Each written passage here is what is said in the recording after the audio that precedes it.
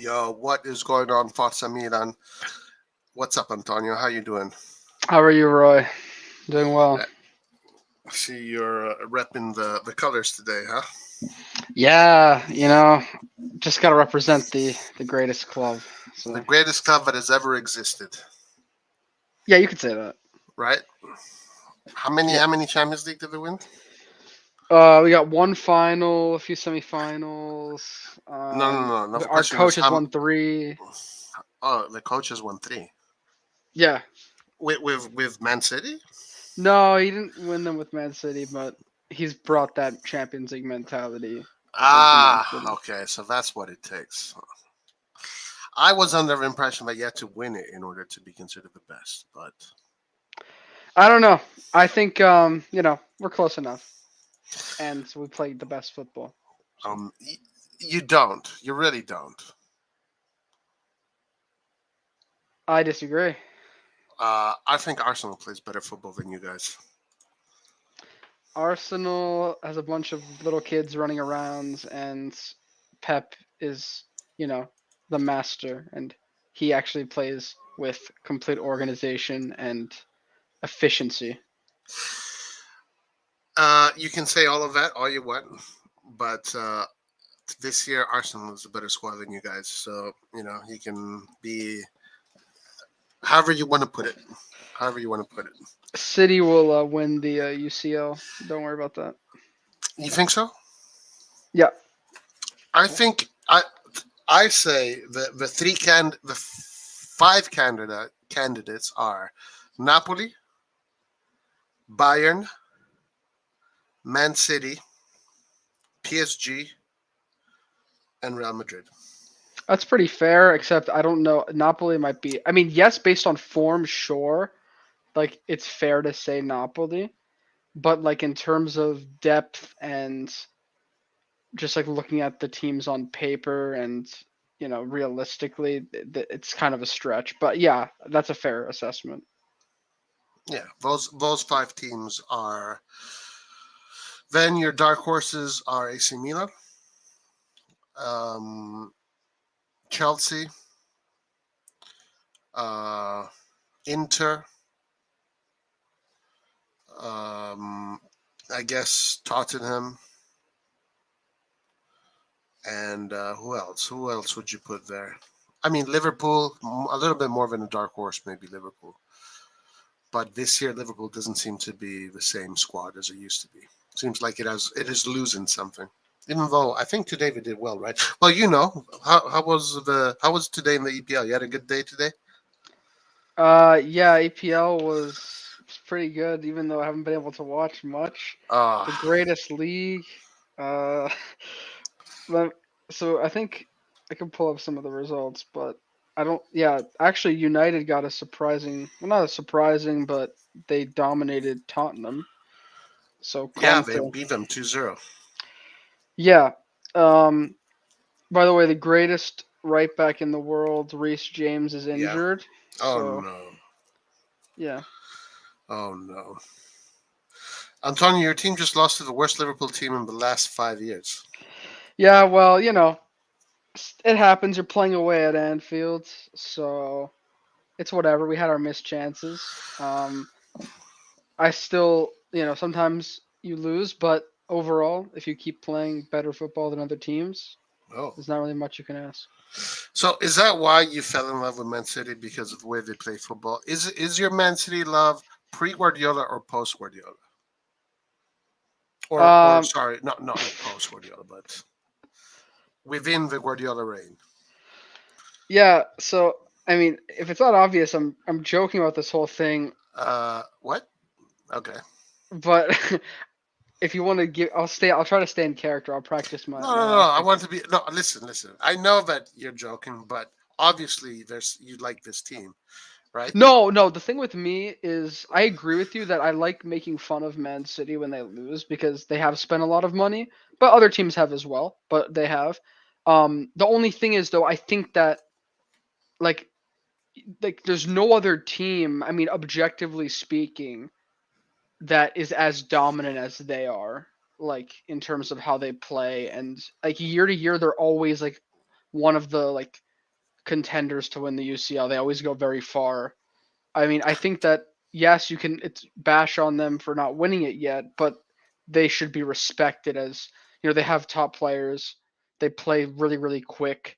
I feel like if they played against us after what I saw against Chelsea, which I don't want to go there again, but I think they would rip us to pieces, like based on how they play. So they're the team that I'd be most scared to play against for sure. So I think we just my position is just respect them for being a really good team, like how they play, not necessarily you don't have to respect them for like all the off the field things, of course. I think they deserve to be, like their style, and I think Lord have domestic mercy. success is important as well. Why are you giving them so much clout? Because like I feel like, let's be honest, if Milan played against Man City, we would get smacked. Like Are you uh, so? Why are you so sure about that? because first of all, we haven't proven ourselves against any English teams yet in recent years, and second, But like I think you need to be honest when you say that. okay, Just to say that we're going to get smacked is a little bit disrespectful to Milan, because well, okay. the reality is that if you catch Milan in the right period, Milan can beat Man City. Okay, let's say this. Let's say if we had a starting lineup of Yeah, Magnan, sure. Theo, Yeah, Tomori, Kalulu Calabria, or yeah, whoever you want yep, to put there, yep.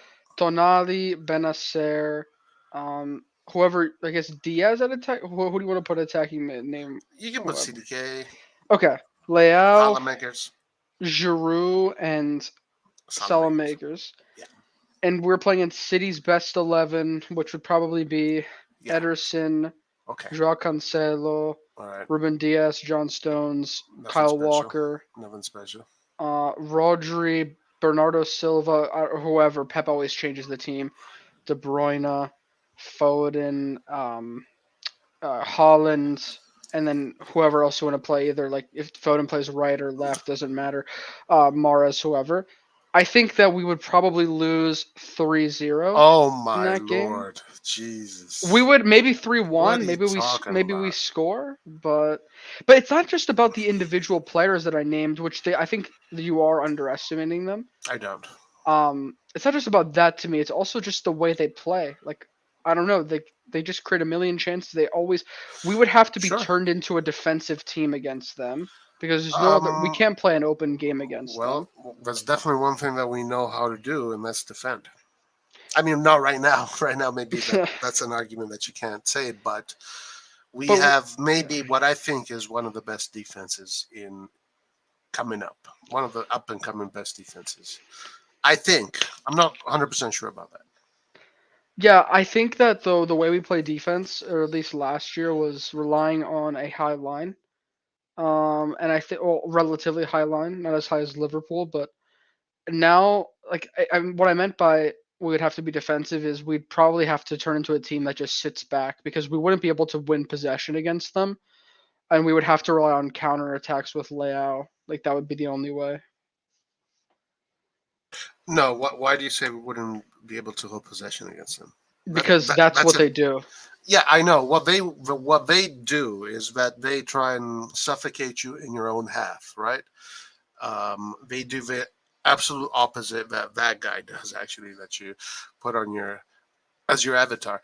So they try and suffocate you, and essentially they try to close the field in a very small area. So when they have the ball, they can attack you right away from all corners, all sides, and they suffocate you that way. But those players are not fucking Xavi, Iniesta, Pirlo, these kind of players. You don't have those kind of players.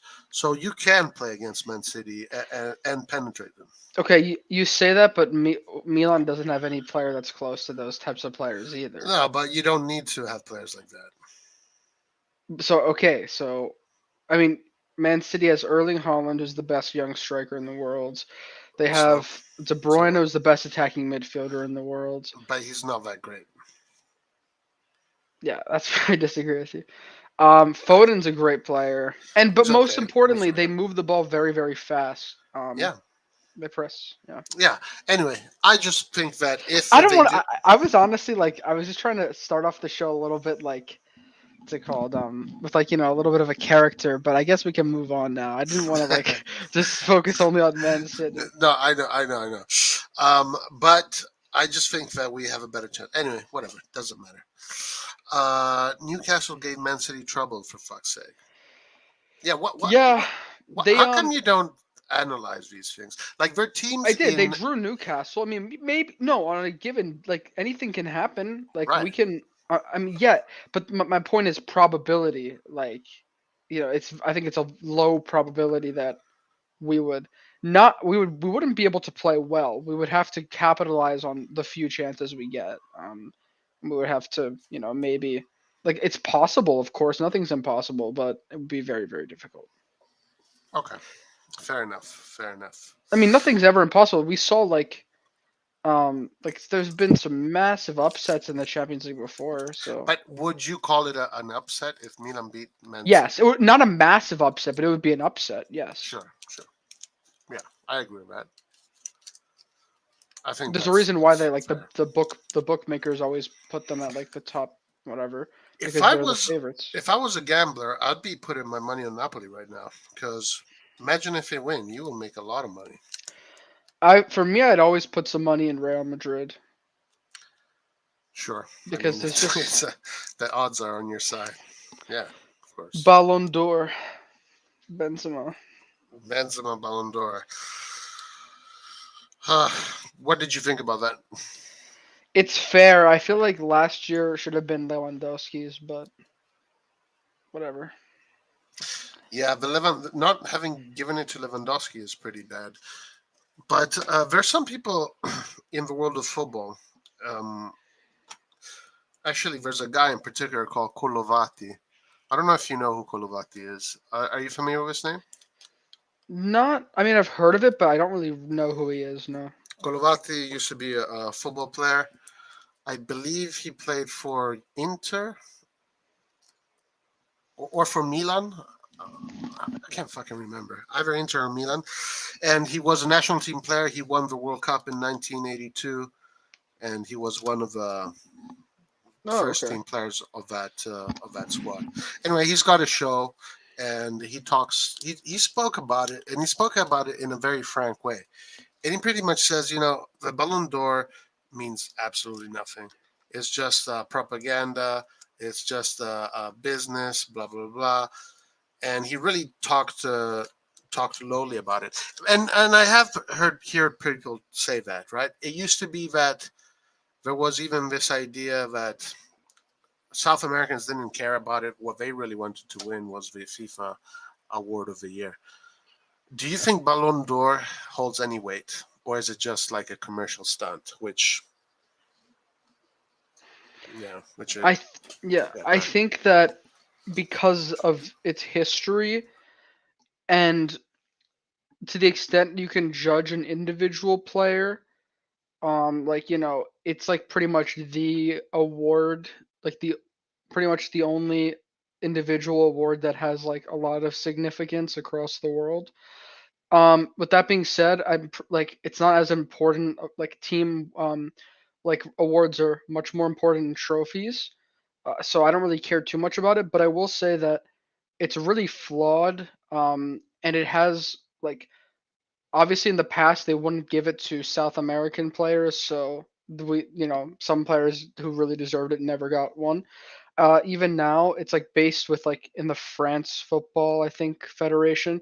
So because of that, I think there's a lot of like European slash French bias. So I think there's like there's basically corruption everywhere, and people not everyone who's been the most deserving has won it every year. So Yeah, that's an issue, and that kind of like makes me think of it less. yeah. True, true. But did you think Benzema deserved it this year, or Yeah, from last year? especially yeah, because he won. I mean, they won the league, they won the UCL, and he scored an unbelievable amount of goals in the in continuously throughout the UCL, and he was their best player. So like he was so many big moments. So yeah, I think because then if you look at like international competition, like well, the Champions League is the biggest club competition. The only thing you could maybe look at some international competitions, but no one player stood out as much as he did. So it makes sense to me. Yeah, I'm gonna get the list of players. So Mike I think De Mignon, Bruyne was third. De Yeah. Bruyne, and Mane were the De Bruyne and Mane. Mane was second. De Bruyne was third, and then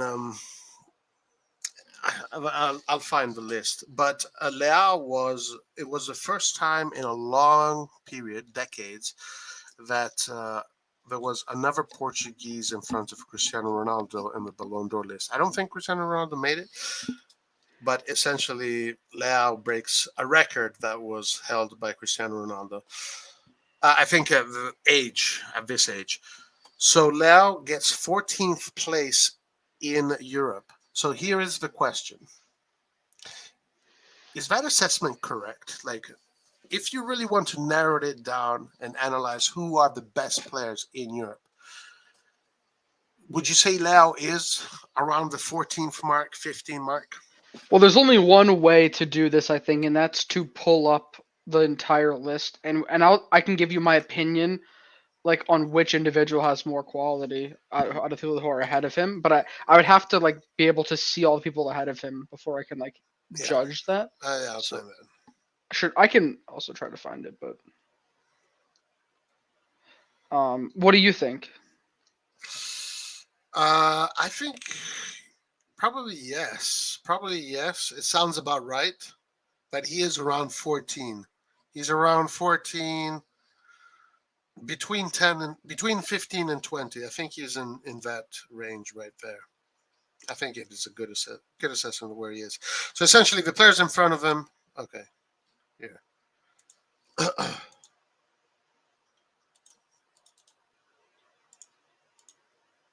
I found an article as well. So Okay, oh yeah, this is yeah. the same one that I found. Oh wait, no, it's not. But I have one that has a clear list. Oh yeah, this looks pretty fun. Yeah, he tied with Fabinho for 14th, which is okay. Okay, So I'll yeah, tell you. Okay, yeah. Go I ahead. can. Should I do mine first? Like, Yeah, yeah. Go ahead. I'll just go through. Obviously, Karen Benzema deserved. I think Sadio Mane is better than Leao, at least at this stage of his career.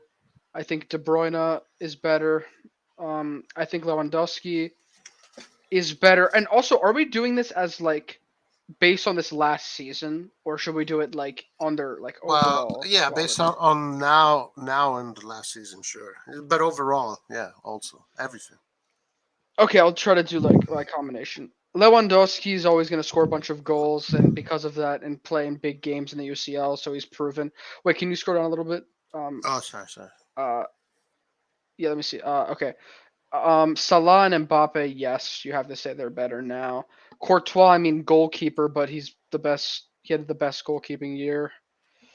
Vinicius Jr. has better stats and has scored Champions League winning goals, so of course. Modric, of course. Holland, he hasn't won anything major yet, but he's scored a million goals. He's gonna win the. He's gonna win something this year probably. So I think yeah, you have to say he's better. Son, I think most people would say Son is better. I think that they're not too far away. But if I had to choose one, I think Leao probably had a better year. No, actually, Son actually. I think this last season in the Premier League, he topped the goals. He was like a tied joint top goal scorer. So because of that, I think yeah, I think Son, yeah, I think he deserves it. This season he started off slower, but Mahrez. So this is very tricky for me because Mahrez is one of my favorite players. I think technically he's fantastic and he has a lot of quality. I think though he's kind of with Pep, like he doesn't really play as much. So it's hard. Like this past year, I feel like Leao. I have to check his stats actually the last year, but I feel like Leao probably had close stats. So I want to know who had better stats. But I feel like in the next year, Leao will probably pass Mahrez. Because Leao is just improving a lot, and Mahrez is kind of like pretty much at his peak, like maybe getting a little bit downhill. Uh, so I don't know. Like I think that's very difficult actually. Um, I'm gonna say that Leao should be around Mahrez right now, and I think that Leao should be above Fabinho and Aller. Uh, I Okay, think so you put Leao almost in the top 10. I put him 12, but also it's look at the players above Leao. There are some questions here because they're different positions, and Van Dijk, who is the very good defender, like Right, it's just right. I completely mean, I different, would. you know. Like So the question is, would you put Van Dijk in front of Leao as far as overall quality? I guess you have to based on the position. So you put Virgil Van Dijk. What about Casemiro? Yeah, that's the thing though. Like I What th- about him? Yes or no? I'm gonna get hate for this, but I'm not putting him because okay, yes, based on his achievements, sure, but I think Casemiro's. Quality of a player in its position.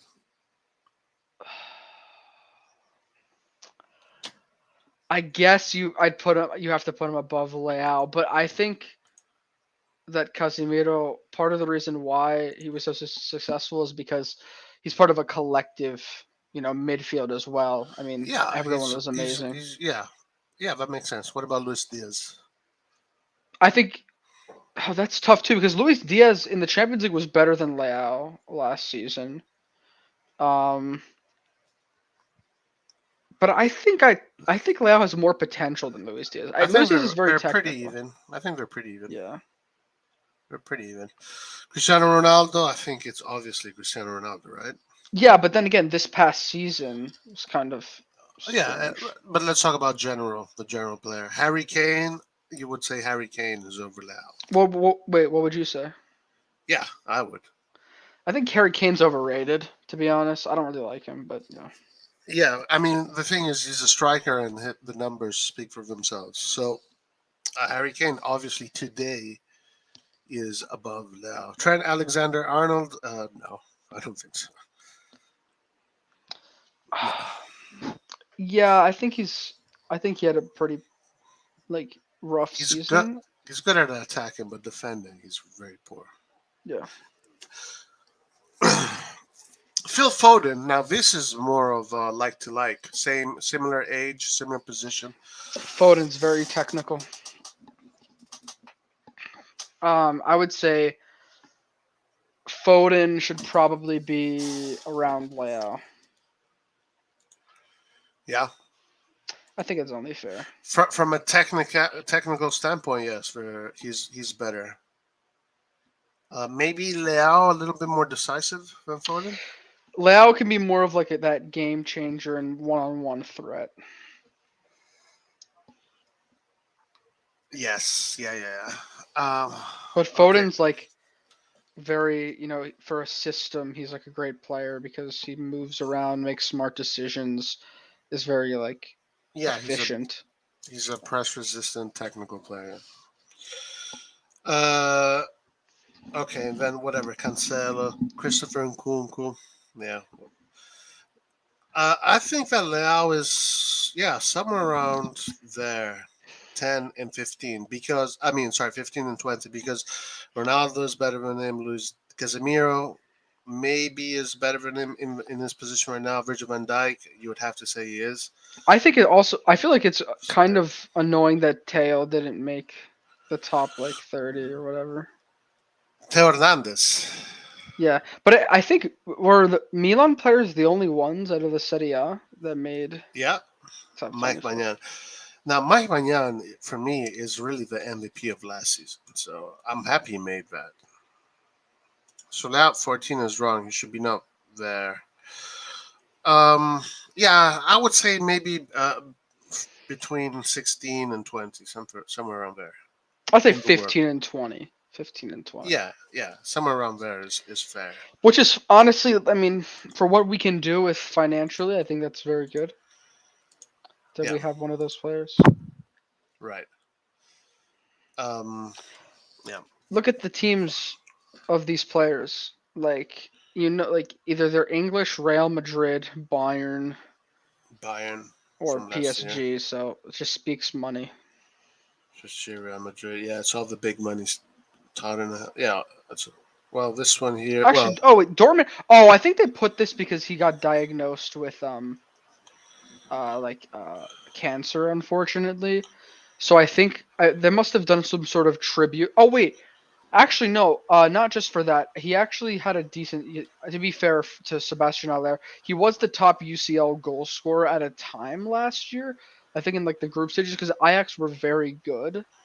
So I think that's why, but also they probably did fancy him a little bit because of his unfortunate situation, which I think is fine because respect to him, he deserves respect. So, mm. but yeah, I think overall though Leao probably has more quality than him.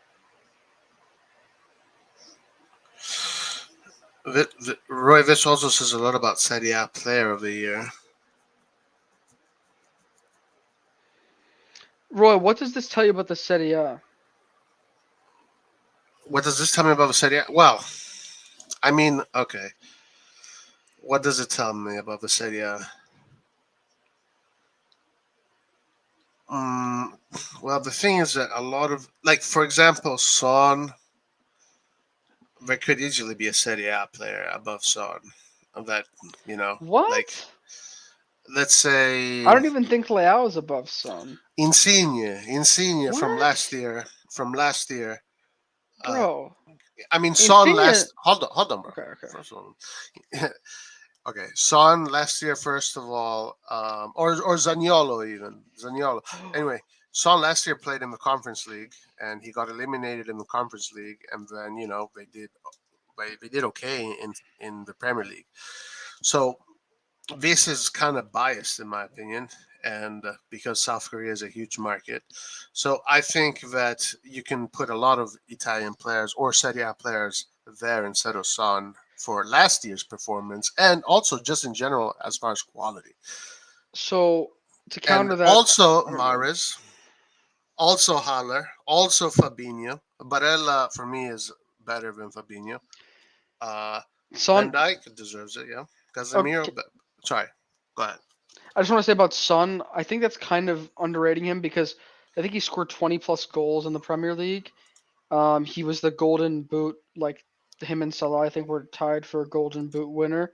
Um, and once again, like yes, like what you've won in a season is important. It should be valued, but once you get to this point in the list, I feel like it becomes more about the individual because like look at some of these players. Let's see. Like Bernardo Silva. I think he's ranked like 20, like something on this list. I saw his name. As 22nd. He won the Premier League, and I think that was it last year. But he still won the Premier League with Man City. But they put him lower than Son, obviously, who didn't win anything last year because Son is like individually he had an amazing goal scoring year and he performed very well. So I think at that point it becomes more about the individual qualities of the player. And then I think that's where we would disagree because I'm pretty sure that Son has more individual quality than the players that you named. But Well, Insigne definitely not. Definitely not. Insigne, look at his stats. He's never really scored like, or at least in the past few years, he didn't score like I think over He, 15 goals, no, in any given Insigne season. always has a lot of assists, a lot of goals. But just as far as quality on the field, um, obviously Insigne has more quality than Son. Like it's a fairly easy thing to see. Um, so Insigne can, from his last year's performance, which was really good, because he finished with the same amount of goals that Leao did, basically. Um, he could easily be in this, or Barella also. Barella also. Um, I think a lot of this is some of it is propaganda. Other is looking just at Champions League. Like Benzema was in the final. Sadio Mane was in the final. De Bruyne was in the semi-final. Lewandowski, no. Salah was in the final. Mbappe, Well, Courtois in they the also final. won domestic stuff too. So I think And domestic wins do count. Right. sure, yeah, and also, but I mean, the main thing is that we look at the Champions League. So that's the thing. Like Italian teams need to make it far in the Champions League. If an Italian team makes it to the semifinals or the finals or wins, then all of a sudden you'll see more Serie A players, not Italians, Serie A players. Um, but if you just think of quality and players' abilities, and you compare them to players on this list, you can find players in Serie A that are same level or better. You disagree, though. I think I had to have to disagree, but Yeah, whatever. that's fine. Son, in my opinion, was the best player in PL last year. I really like him, and he's playing style. Hello, guys. Fate has granted me being by my body, waking me up to a flow diary. What? He got Don't COVID. even don't read his chats. You know what he's gonna do. he's got he's got a flu or something. All right. Okay. So whatever. This is the situation. It is what it is. Who cares? BS. Um, but it's always the Champions League winner that gets it. And that's why we got, not always, but that's why we got a lot of Ballon d'Ors because we were winning Champions League. So that is where we need to get. Uh, Antonio, what do you think about Mike Magnan getting out? Another injury, another 2 weeks, or maybe even until January. This is kind of a setback, right? I think this is huge because this. I don't know. Is he gonna miss the World Cup? Do Yeah, you he know? could. He could, according to what I read, yeah. I mean, honestly, I don't really because I don't support France, so like I don't really. To me, it doesn't.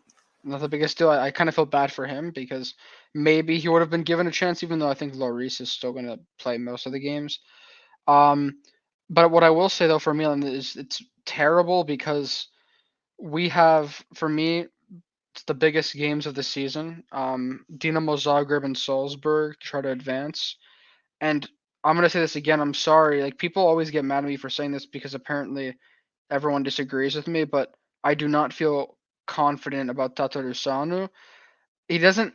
It's not that he makes huge errors. Like I know that he's not gonna like, he's fine on the ball. Like he'll just clear it and then whatever. And obviously he's not nowhere near Magnan, so I am aware. My problem is though he doesn't have the basic abilities that are required to, a to be a good shot stopper because he's not flexible, and I feel like whenever an opponent team tries to shoot, it's always a bigger, like a huge risk. Then I will say the other thing is that the communication is just not there. He doesn't come out of his box, and there's a lot of miscommunications. And so even against Verona, you saw like a lot of instances where he was completely out of position, especially on set pieces, and the goal was basically open, um, or he was too slow to react, and then something happened. And against Chelsea, he kept like coming out of the box too late and clashing in with our defenders. So I think it's a huge miss if we go from Mañana to Tatarusanu.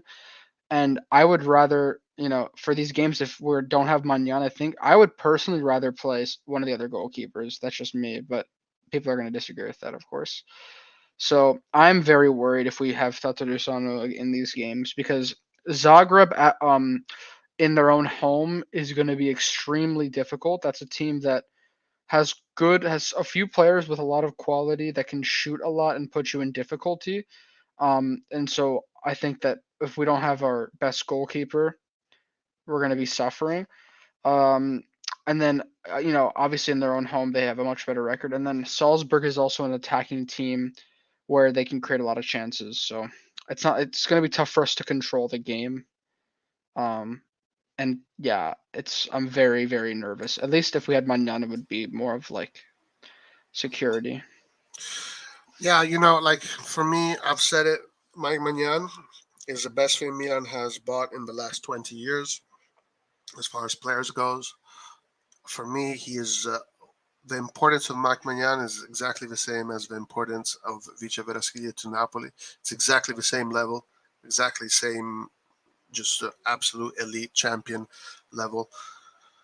So not having him is a huge loss because I mean, when you have these super elite players, everything on the pitch is just different. Everything is more relaxed, everything is more thought out, everything is done better. So Tatrusano should give us the guarantees that we can win all the games coming up in the Serie A because it's against smaller teams. As far as the Champions League goes, I don't know if he gives us the guarantees. So at this point, if Mike Magnan misses both these games, we have to accept the possibility that we might not finish in the top two. Yeah, and honestly, at that point, the Europa League is already going to be more competitive than the Champions League because Barcelona, well, Juventus isn't competitive, but some other teams as well could be going down. So Yeah, Juventus might not even make the Europa League, by the way. But yeah, it is quite an unfortunate event because it's a huge loss. It's like losing Messi, I'm not saying, you know what I mean. Like let's say it's Barcelona, you lose Messi for 3 months or something like that, right? yeah, um, yeah, I think like it does concern me a lot. I don't know why. I feel like he got re-injured because he might have done either too much or too quick. Honestly, like I would have just like why did he should have like only started warming up maybe the week before the game. Wait, actually, are we playing Tuesday or Wednesday? Champions League Yeah, Champions League. is Tuesday. Oh, we're playing two. Okay, never mind. Yeah, I guess couldn't really have done anything else. I don't know. I'm not too sure about the specifics of how he was recovering, but that's unfortunate. Um, yeah, I'm super scared for this game. Yeah. I don't know if I'm scared, but it doesn't have as much guarantees. So, question: is your dad still pissed off at me? Yeah, because he says that you lied, and he was saying that he's actually, by the way, he's going to the game against Salzburg. Yeah, you told me. Yeah. But he said that like you purposely took down the video because you kept like changing your words, and he said that he was at first you said that it Took was down the all video. Italian coaches, and then you switched it and you were like the new Italian coaches, and then like he said that you were just like he doesn't. He really does not like your opinion on that. Well, okay. First of all, I definitely did not take down that video.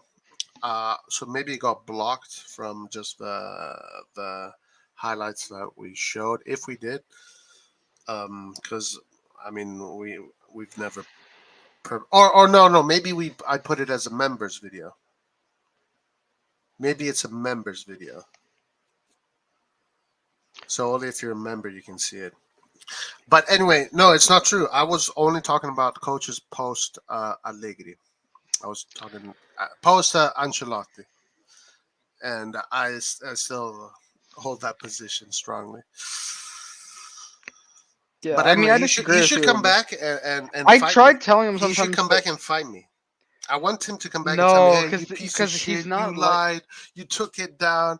Yeah, come on. Let's bring the heat, man. This is WWE. Let's do it. because with him like he's never like I mean you're the same way, you just do it in a more controlled manner than he does. Like so you guys are both extremely stubborn.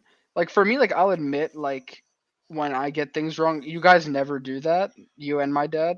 So it's just gonna be like a never ending like war. Like it's gonna just and he's gonna start screaming and you're just gonna sit there and you're gonna be like you're gonna like spit out little tiny claims here and there and just gonna piss him off more and more. So I know what's gonna This happen. is entertainment. It needs to happen. It needs to happen. So it will happen. It will happen. It will I happen. gotta just bait him on or something. I don't know. Yeah, yeah. Just time to come on, and we'll talk it out. Don't worry. Don't worry. We can't blame not winning the next two CL games on Manyan not being there. Do you agree with that? Yeah, I think that we should still, on paper, we should win. Um, I think that we're if honestly, what I would say is the only game so far that has upset me in the like in terms of I was disappointed in how he played was that Chelsea away game because even with I still hold this position that even with all of our injuries, we should have shown more heart and character. It looked like we just completely gave up and didn't do anything. Um, so, but it happens. Besides that though, like, all the other stuff that happened, we Salzburg is fine. I mean, we were there to play. They played really well. We beat Dinamo. And then the Chelsea with the red card. Like, I think that we still fought and we tried our best. So it's fine. I just hope that if we have mentality going into these games and we look ready to try to get the wins and we play well. If we play well and we lose, like not really much to say. I just hope that Pioli can prove that he can go to the next round. Like that would be really really big for him because he hasn't really done anything in Europe yet. So hopefully he can qualify. Gives him more confidence in him. Yeah, the way I feel about it is it's not a matter of not blaming, but it is a big part of the team, having Mike Magnan. Now, Tatarusano, I mean, at the end of the day, you know, if the defenders do their job, but the goalkeeper usually helps the defender. That's the thing. Like, great defenses usually also have great goalkeepers, and they're symbiotic with one another. But no, I think that without Manyan, you have the risk of not winning or tying a game or not getting the job done. The risk is there. With Mike Manyan, you have a lot of confidence that you can get the job done almost easily.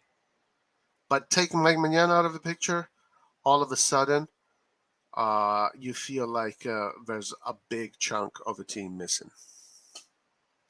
So I don't want to say we can't blame not winning the next two CL games on Mania not being there, but it is going to be a factor, whether you like it or not. Yeah, and now like we have a lot of pressure on us because we should go through. Like Salzburg and especially Salzburg, they're they don't really have any pressure. Like they're already playing well. They drew against both Milan and Chelsea, so like they feel really good. And now they're like second in the group based on points.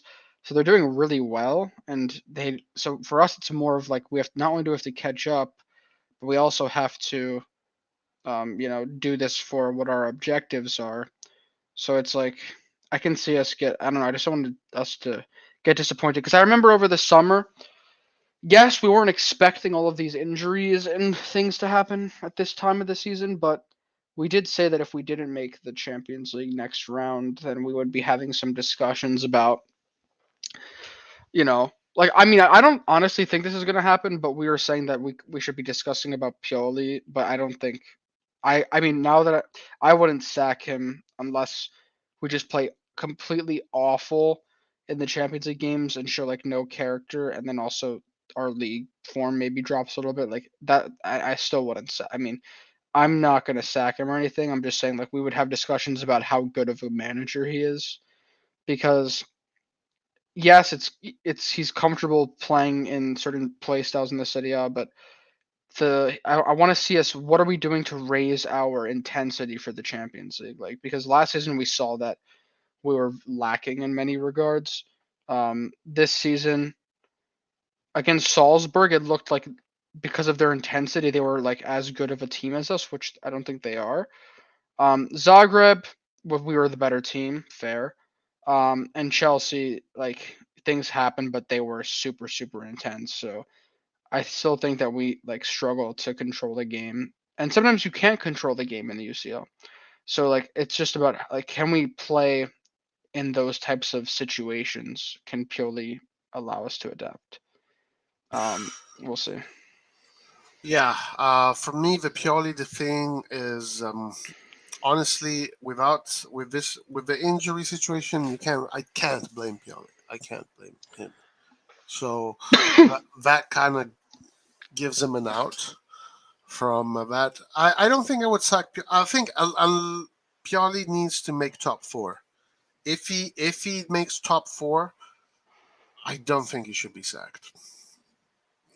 If he goes through the group stages and makes top four, he is the coach for the next year for sure, no doubt about it.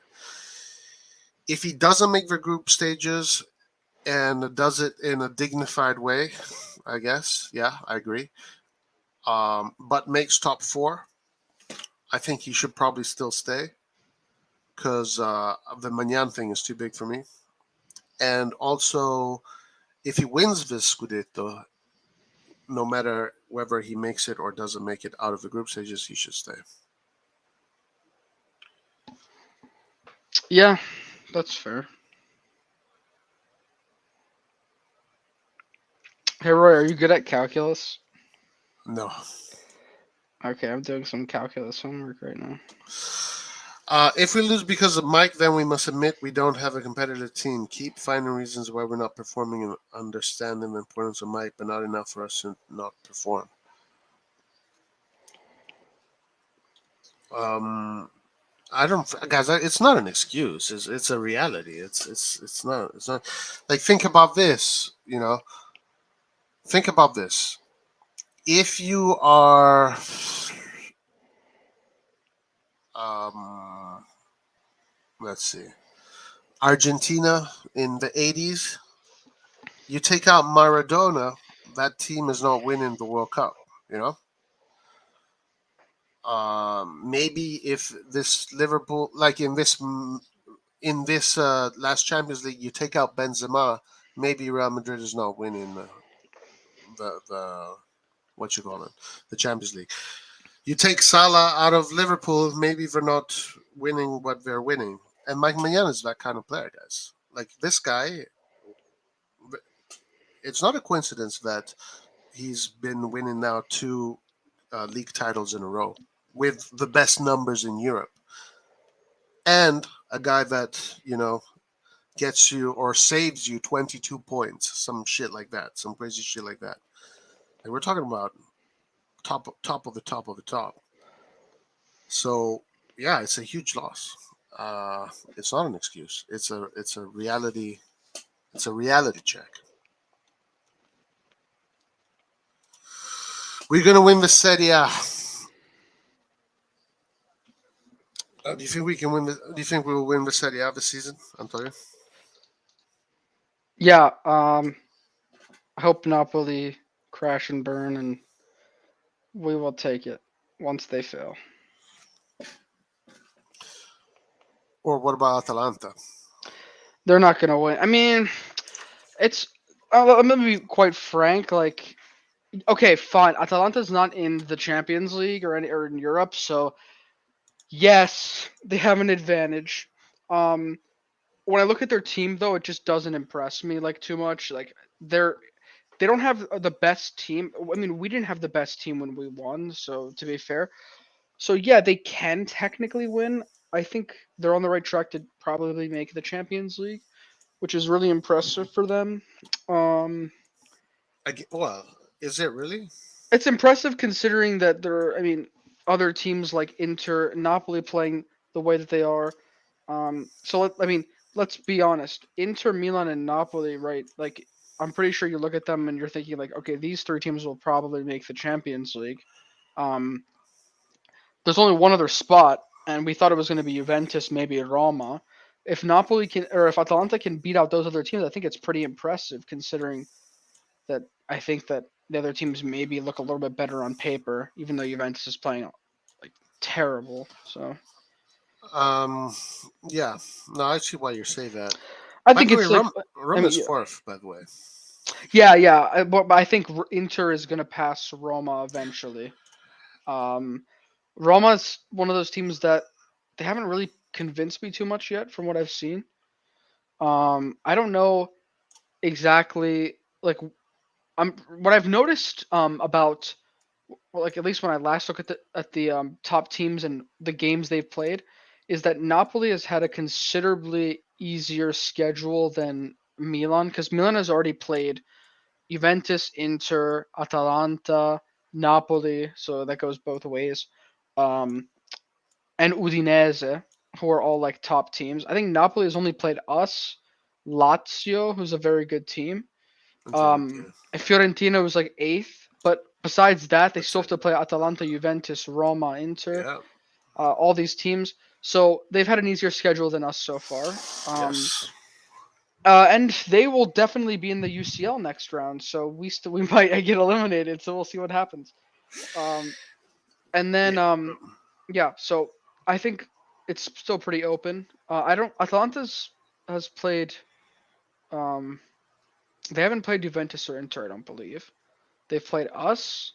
They've played maybe like I think they played Fiorentina. I think they played maybe Lazio. I'm not sure, but similar. Like so, I think that we've had a harder schedule and we're only Yeah. like a few points behind them. So I think we'll be fine. We definitely had the hardest schedule out of all the teams. There's no doubt about that.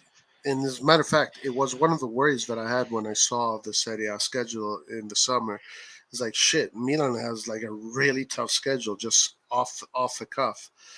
Um, Now, I think that in this really tough schedule we had, I give us A plus plus plus plus because we came out of it really well. Now we have the super easy schedule. From now till the World Cup, it's a super on paper, it's a super easy schedule. So it's a great opportunity for us to now take the top spot because I don't think Napoli is going to win the next all of the games coming up. I think it's too difficult for Napoli to win every single game that is coming up. It's way too difficult. It's way too competitive. Way too competitive. All those teams are fighting for European spots. They're playing against all the teams that are fighting against European spots. Well, we're going to be playing against all the teams that are not trying to get relegated. Mm, Um, so, huge difference. yeah. We can look at the table actually, but I think that Milan, like you said, I think we dropped points in a loss against Napoli where we deserved to at least tie against one of the most informed teams in the world. So in my opinion, for stretches of the game, we were very dominant. And then I don't think they dominated us at any point in the game, but they just had some like a few plays where they were in our They're box. clever, very clever. Yeah, and so I And think that also, yeah, sorry to interrupt you, I'll just say this. And also, Dest not being able to contain Vicha. yeah, I mean, that was very clearly like some mistakes that happened that game. I think if we had played Kalulu at right back, it would have been a different game. And I think Pioli now started Agreed. to realize he started to Agreed. realize that that's an option because like we don't with Dest playing against a very good left winger, we're pretty much screwed. So yeah, we dropped points in a draw against Sassuolo, which looking back would have unfortunate because we would have been in second place with 2 more points over Atalanta if we had at least won that game. And then we also dropped points in a draw against Atalanta, which is fine because we were playing away. Um, it was kind of a strange game. Like they played well, Atalanta. Um, I think that Bennacer scored a great goal. I don't know if we necessarily. I think I don't know if we can say we deserve to win that game. I think we were slightly better than them. CDK came in, I think. We should have won that. Yeah, I don't remember if we had any like super big chances. But anyways, yeah, like I'm fine with like a draw in that game. The loss against Napoli, I don't think I'm fine with, but from what I saw in that game, I think it's okay. And then the only like so I guess the worst result, like the result that kind of made me the most upset was that draw against Sassuolo. But besides that, I think I'd give us like a solid A, and also we had Yeah. injuries, Oh yeah. so that's Yeah, it is so unfortunate that in this period we're getting. Well, maybe it's better that we had our first team in the first half, not the second half. But it's this period. If we had all our best players, it'd be a walk in the park. It'd be a Mhm. walk in the park. Hey Roy, two things. Did you see the Coppa Italia games today? No, but I saw that Monza pulled off a super victory Did you against. see how they won? No, Petagna scored like a Messi goal. what? He scored like a goal. I wasn't. I mean, I'm kind of joking, but he basically like he got the ball. First of all, Udinese was winning 2-1, and then Monza scored 2 goals. Bondo got subbed in.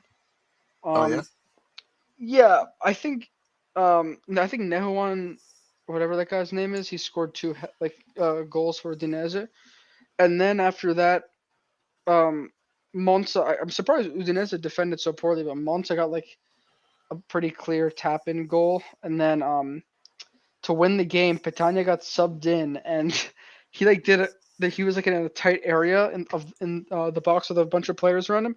He did a couple dribbles, created space somehow, and then shot it, and it kind of the ball went into the far post, and he scored and won the game. I don't know how he created so much space for himself in a few like situations. I mean, he was, it's pretty cool. Oh, okay. I'll check it out. Um, yeah, I did see that Palladino rested 10 players or something like that. Oh yeah, well I think I saw Rovella was playing. Yeah, Ravella played. Yeah, so Did you see the game or? no, I just watched the highlights. Oh, okay, okay.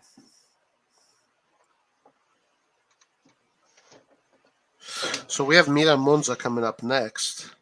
Are we playing on Saturday or Sunday? Is it Saturday? I Uh, think I think it's Saturday. Saturday because we're playing Tuesday, right? So And what do you think about that? What do you think is going to happen? Are we going to get destroyed 7-0? against Monza, we're playing away, right? No, no, it's in the San Siro. Yeah. Um, I think that we can win.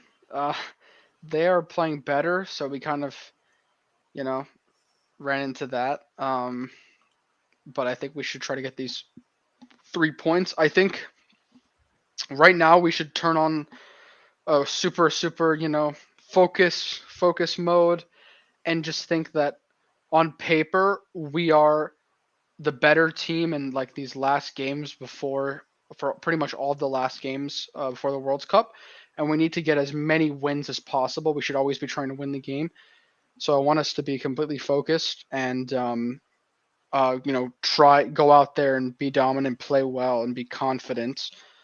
Um, so I think yes, we should be expecting to win. I don't want to jinx us, but we're a better team. I think it's going to be harder in the Champions League, but we should still have that same mentality. Um, yeah. So there's that. I think Monza have some good players.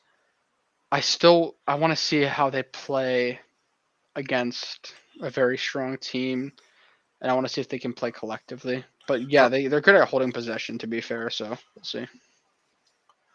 wow, I'm watching the highlights from this game. It looked like an amazing game. Like it's so action packed.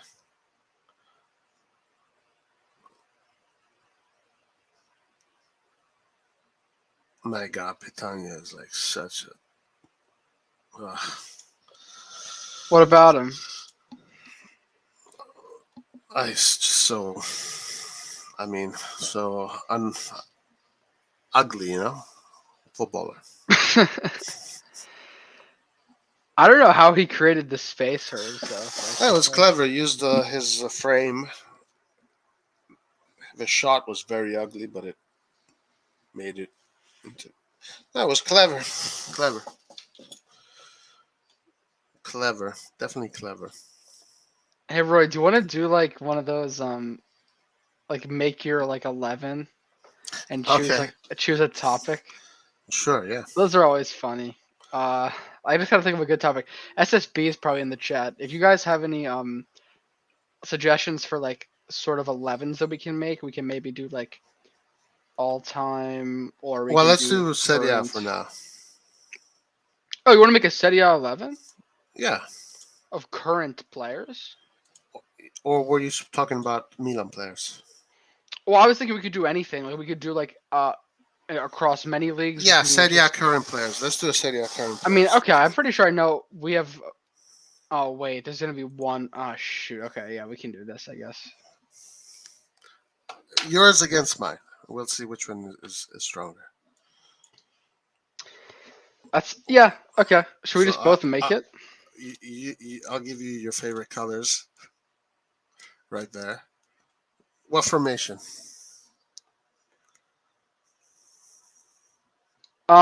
We can do a 4-3-3, but I guess we can have You like can one of do it our. however you want. Okay, I'm gonna play a 4-3-3. That's just because I usually like it. I'm gonna And stick. are we? So should we do it Stick based with. on players who are actively playing and like not injured players and stuff? No, I'll make it of active, not active players, just players in general. No, because I don't want to like put Chiesa because like I feel like we should just can we just do players? Let's just do it based on this All right. year's I mean, a squad. player like that, sure. I mean, he's that guy is non-existent right now, so no point in putting him. I wouldn't put Chiesa there for sure. Like the guy hasn't played football forever.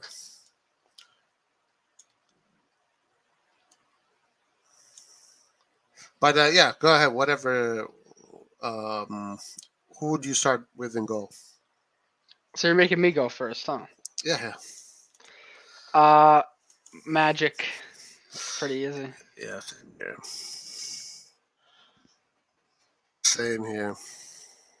This is it's gonna be difficult actually. I'm looking at some of the players. All right. What about your left back or right back? We can do a right back. Shoot, I wasn't thinking about this. I know what you're gonna say, What am I going to say? Di Lorenzo. Uh, Yeah, so I might as just write that. I have to think. I mean, I feel like he's probably the best right now, but I just let me.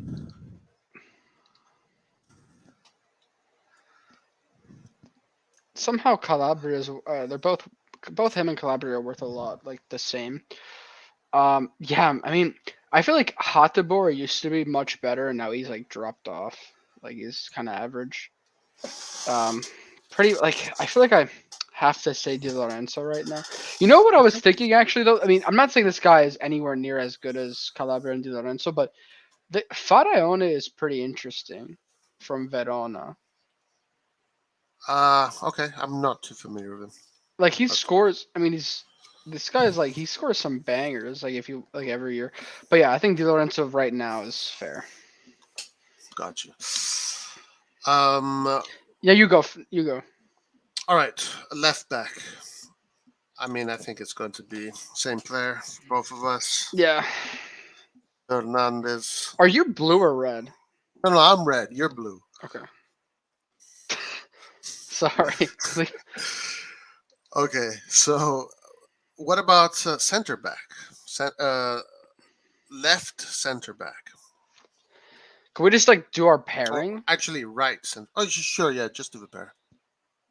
I'm looking at this list. It's tough. Um,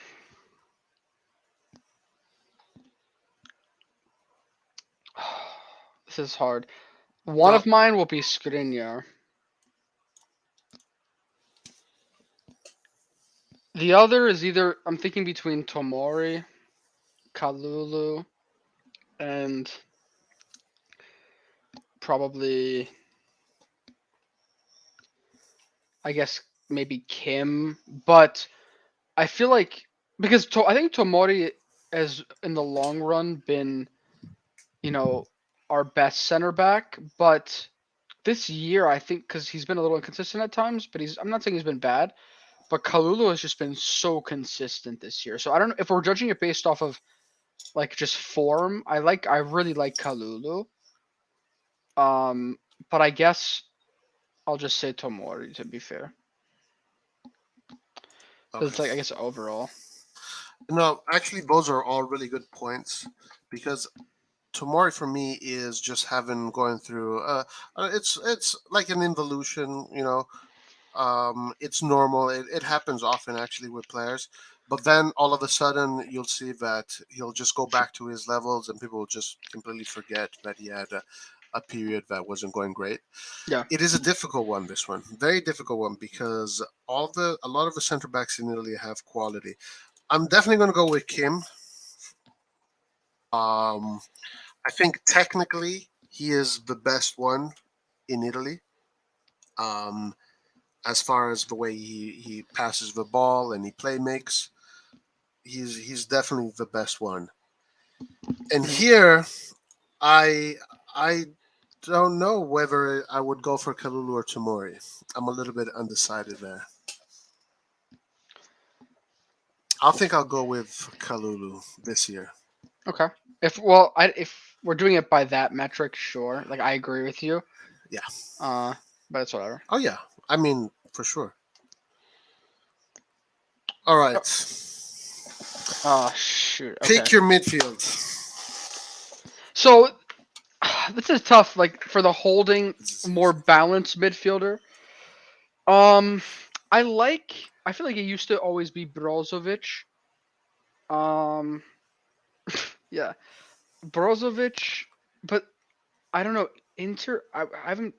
Did he play against Barcelona? I don't think he played against Barcelona. Has he been injured? Has he been injured?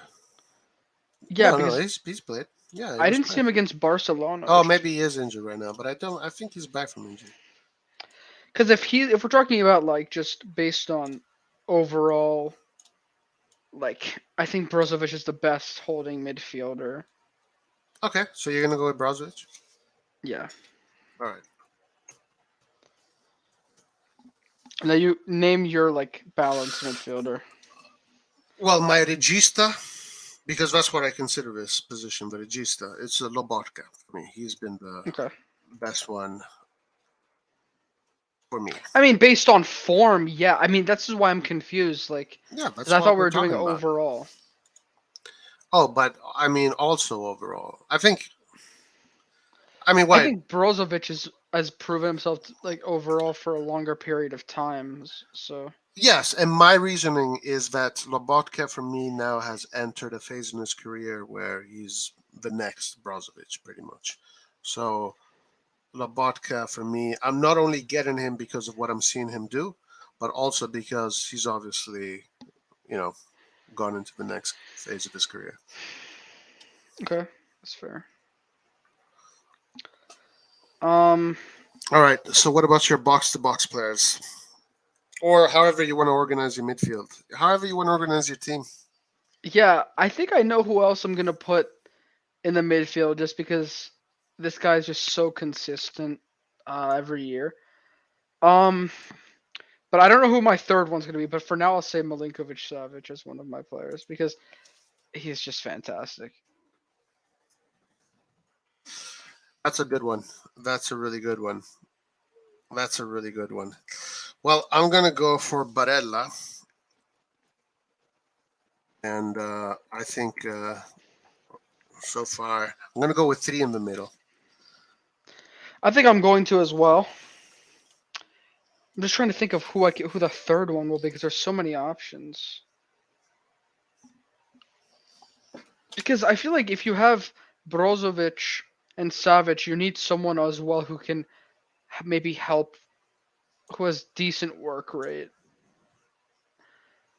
Um, I don't know. I feel like you can put anyone. You could put Barella, maybe Tonali. Bennacer, I don't think is necessary because you have Brozovic. So same, neither with Lobotka for me. So I'm trying to think of who I can pair up with these players. Um, it's tough. Let me actually just pull up a list real quick. Do you know who your third is? Yeah. So for me, it's either Anguissa or either Anguissa or Savic. Interesting. I think it's one of those two. What the heck? I looked up central midfielders, and Bobega is somehow the 11th most expensive central midfielder in the league. Nice. But I think that um that Maybe doesn't really Tonali. count like defensive midfielders I'm and gonna go with Anguissa. yeah. Yeah, I'm gonna go with Anguissa. Tonali is the most expensive defensive midfielder, actually. Let me look first. I feel like Barella would make the most sense for me because he's like a pretty clear central, like Mezzala player that would fit well with the other players in the list, and it would be a sort of a balanced midfield. But I don't know if we're just doing that or just putting all the best possible. I think I'll say Or Barella. you know Sure. what we should do? We should do one where if I pick it, then you can't pick it, and vice versa. Oh, that's yeah. We can do that next. We'll do that next. Yeah. All Okay, right. that's fine. So what about Oh, this is gonna be so difficult. the offense? Well, Oh, for me, this is shit. actually quite easy. I know what you're gonna say. I mean, I'm Wait, gonna I have just to do it think right now. about. I have to think. Okay, you can go first. Yeah, I know what I'm doing.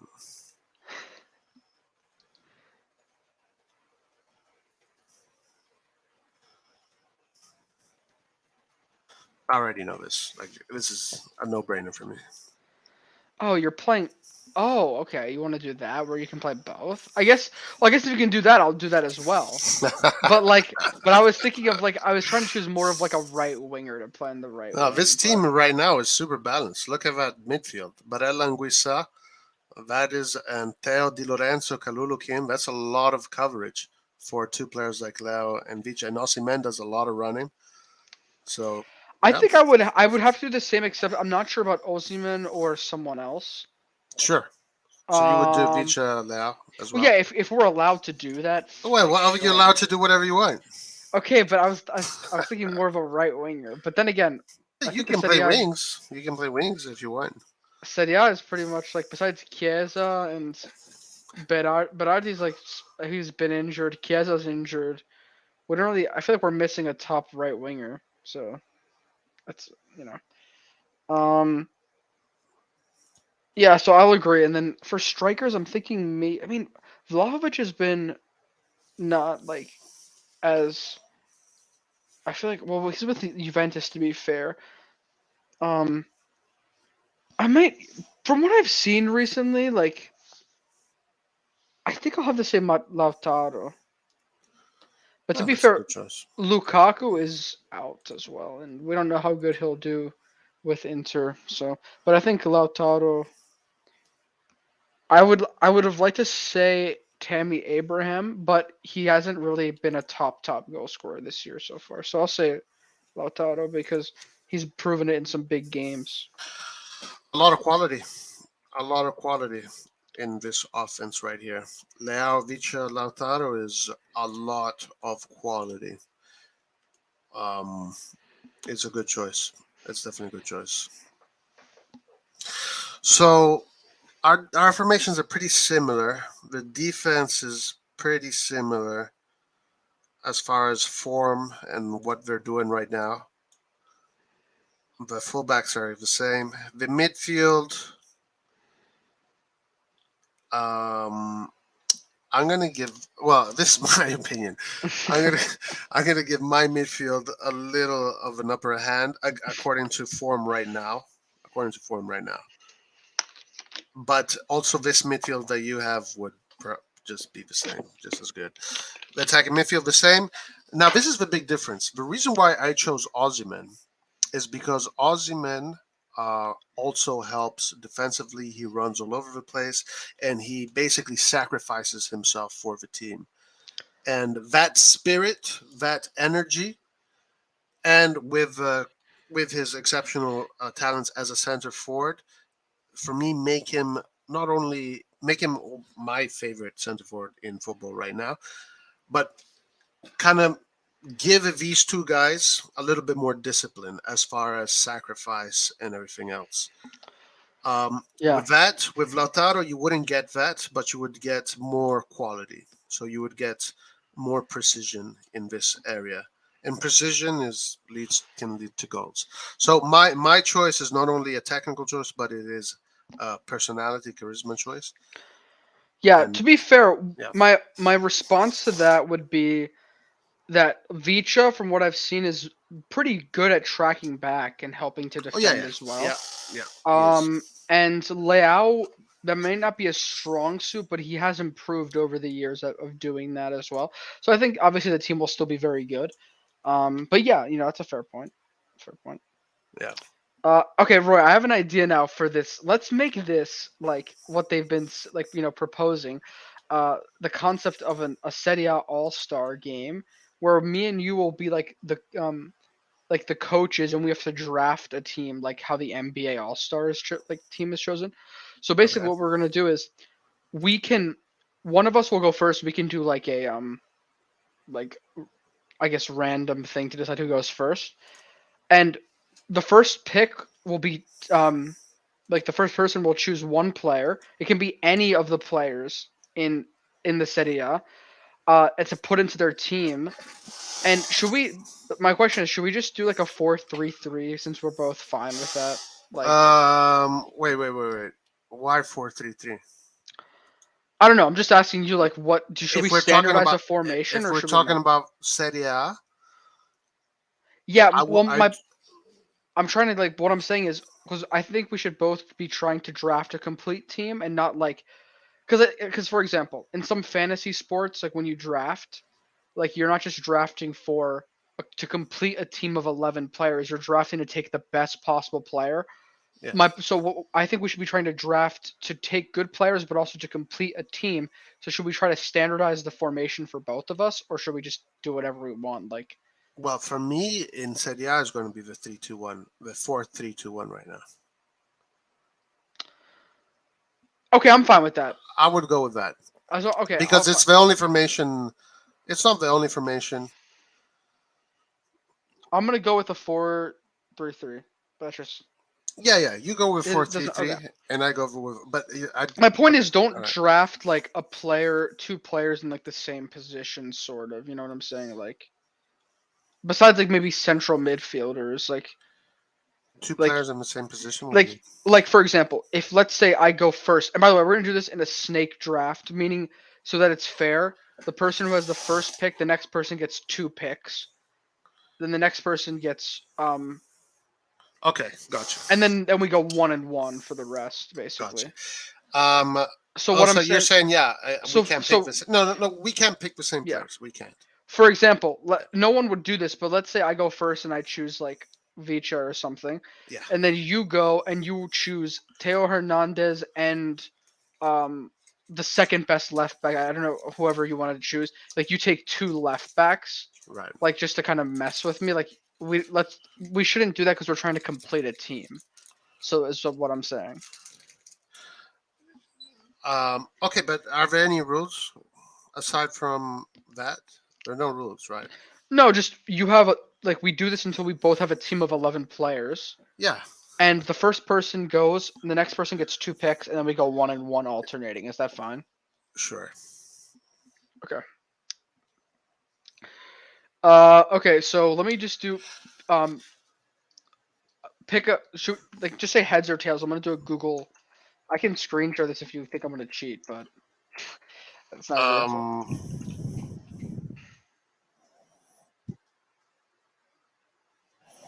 sure.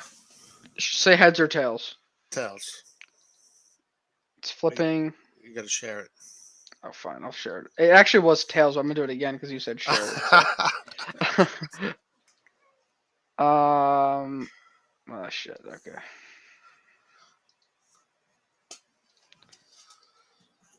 Can you see this? Yes. Go for it. You said tails, right? Yeah. Honestly, it doesn't matter because you get two good players. So Yeah, yeah. Go ahead. okay, go back to your Yeah, here we go.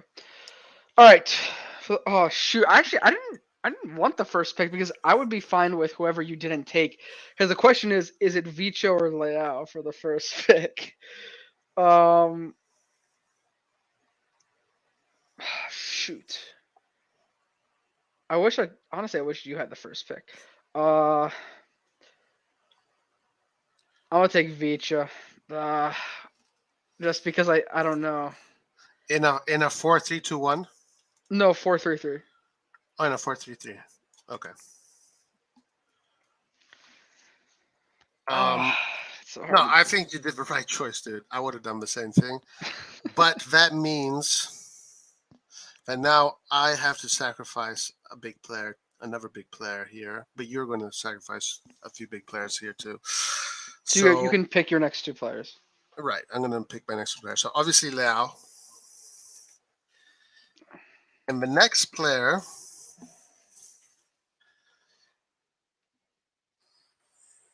player, wow, this one is tough. This one is really tough. I could think of a few players that would be really annoying for you to steal, but Well, I guess it has to be the way it is. So the don't. next player is going to be Theo. Damn it! Yeah, because there's like not a next best left back. I feel like let me just let me just scan the. Well, honestly, since it's just us two, it doesn't really matter. So let me think. Who? That's just like let me just be tactical about who I take off the board. There's a lot of good midfielders, honestly, so I don't really mind not picking a midfielder. A few good strikers as well. I think based on. Hmm. Also for this draft, are we also doing like based on who's healthy right now or no? Um, Because like then we would just take Chiesa and stuff like that. So well, let's not count. Let's count everybody except for Chiesa because Chiesa just right now is. anyone except for Chiesa, and not Pogba either. Or yeah, take Pogba out too. Yeah. And can we play players in like the any position that they've actually played in? Like, what if some players played in multiple positions? Oh sure, yeah, yeah. All No, right, because you I do think. however, right? You do it however you All want. right, You're the coach of your own team. okay, fine. I'm gonna take Manyan. Here. Well, of course you are. Dude. Of course you are. I was hoping you would say something else. All right, so here I am going to get Barella next. Okay, I'm fine with that. Yeah. All right. Now, what else can I take? See, this player doesn't excite me too much. Uh oh. Like, but I feel like if I take him, it'll just from the value of. But then I could just always play this play. Actually, yeah, I'm gonna go for someone more flashy.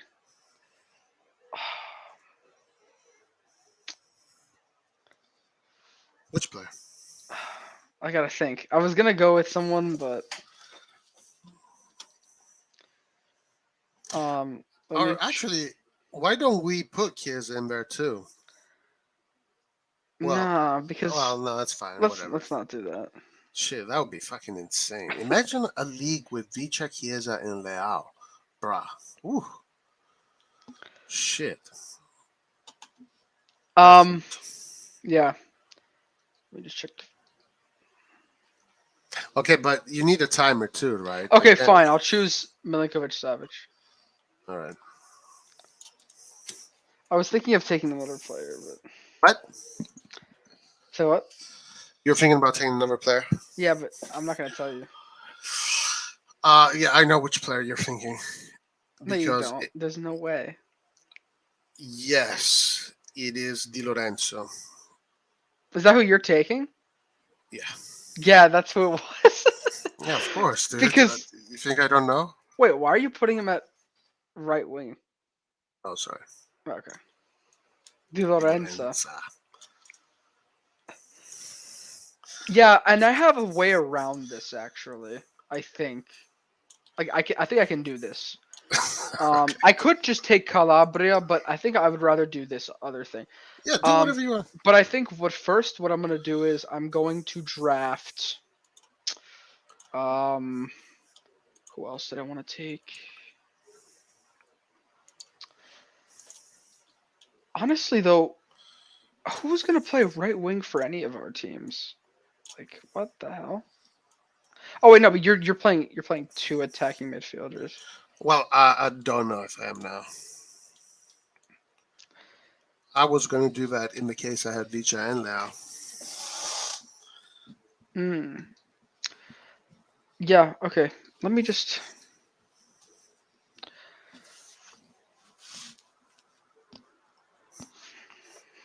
This is difficult. Shoot. Can't take. Wait, one second. Look for one more position and then. Bro, you can't take so long, dude. What are you, the league commissioner?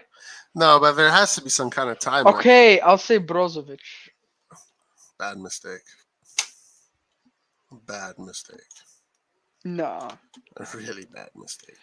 I don't have any doubts about my midfield. Like, I like these players. So, I'm about to do something that is going to bother you.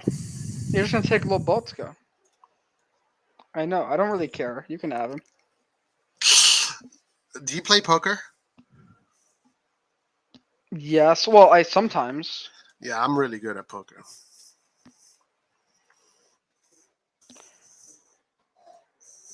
That's fine. I mean, I wasn't. I didn't take him because I knew there was like lots of other options. So you like Okay. that pick, huh? You like that pick. um, you know what else I'm gonna do? So I want to constrict your. I'm gonna take. What to add here? I don't know if it's gonna fit because this player might not work the best in this system that I have going on. Um,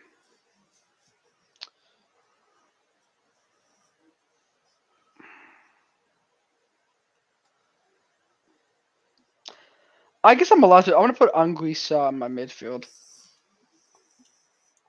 That's a good choice. because even though there's Brozovic there, I think Anguissa can play more box to box. So No, this is a super midfield. This is like a top. This is a super level midfield.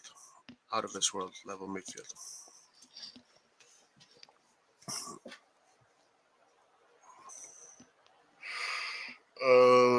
Okay, so my turn. I will get. Osimhen. what the hell? What are you doing? What the fudge? Lautaro does not play. Cannot play right wing, bro. Like or midfield. Like Or I can. I'll figure it out. I'll make it work. yeah. All right. My next player will be Pierre Kalulu, and I'm taking him because I want to. I want him to play right back.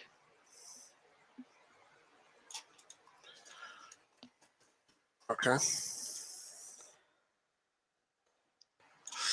All right. So for me, the next player here should it be in the midfield? Um, well, I think here now from onwards we kind of have different opinions. So I am going to go with Lobotka. Okay. Now, what else can I strengthen? My last pick is gonna be this position, but it's fine. Now this is super difficult, honestly. Especially choosing this next position.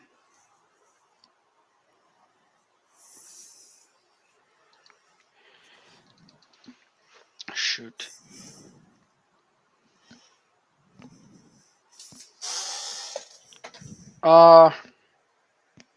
What?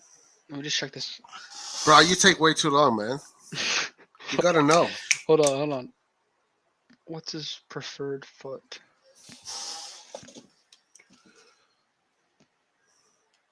Oh, okay. I will take. Now this is gonna be crazy. But I'm gonna take Zielinski and play him at right, like attacking mid, right, winger, sort of. Really? Because he can play with both feet. Okay. And compared to the other right wingers, besides Chiesa, who's injured, Berardi was injured, but I don't really want to choose him because it's kind of weird. Yeah, I think I don't know. You can say some other like players, but yeah.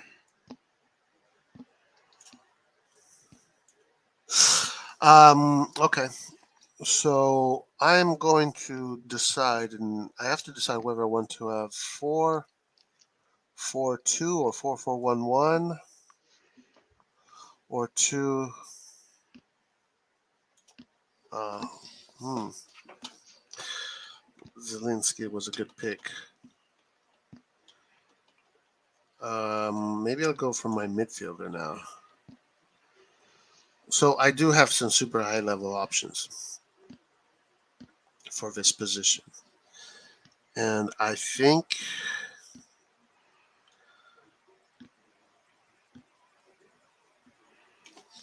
I wonder what you're gonna choose. who do you think I'm going to choose? You could choose a Milan midfielder, to be honest, or you could choose like an attacking midfielder, but that would kind of put your team at like a bad balance.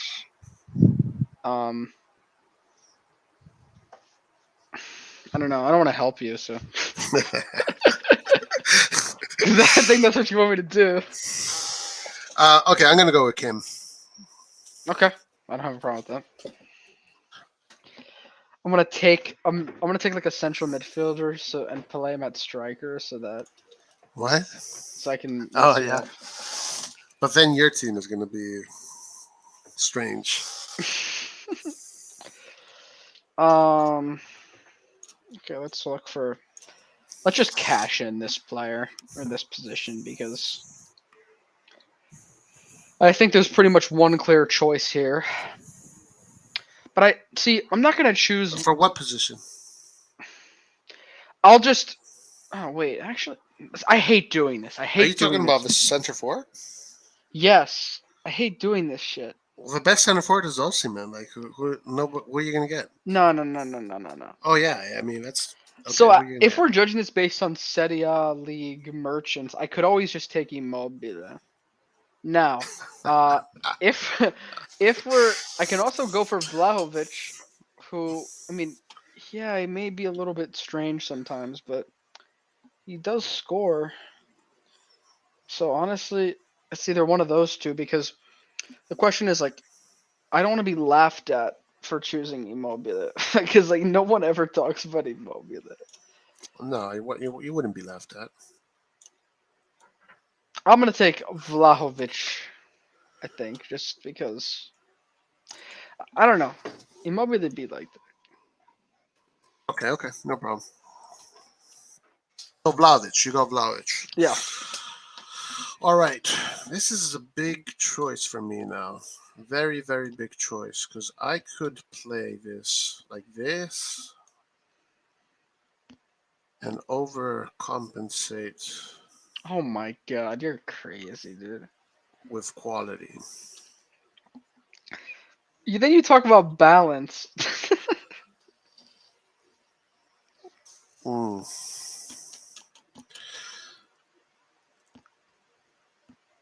Yeah, that's what I would do. You're insane. You're gonna choose like Raspadori or some shit, and then you're gonna put I'm like. gonna choose Chiesa. You can't do that. We said. Why not? No, we said you can't do that. Because then I would have chosen him for my right wing. It's not fair. Ah, okay. Um, uh, tough. Okay, well, I'm gonna solidify my goalkeeper. I'm very confident in my goalkeeper. Actually, extremely confident, and that is Merit. Fine. You like those Italians. Yeah, he's been excellent so far. I mean, him and Mañana have been the best two goalkeepers. Okay, so looks like I'm gonna be bringing in some defenders. I know what my last pick is gonna be because there's no point. But let me see what I can take. Yeah, honestly, like I'll take Skriniar. Fine with that.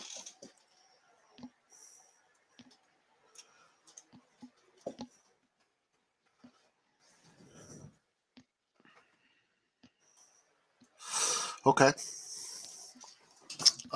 I guess I'll have to just leave that one for last. So I'm Last going pick is Kevin De Bruyne. to. No, that's. I wouldn't even consider that one. Here I think I'm gonna go with Tamori. Bastard. Absolute bastard. Yeah, That was like the only thing that you could have. defense is super solid. This defense is absolutely world class. What the fudge? Okay. Go ahead. So Well, you have see, the thing is, I like wait. Bremer, How but many did this you choose? 1, 2, 3, 4, 5, 6, 7, 8, 9, 10. You have one more choice. no, you put an extra thing on the feet like that. Look at number 9. Oh That's yeah. not a My bad. player. My bad.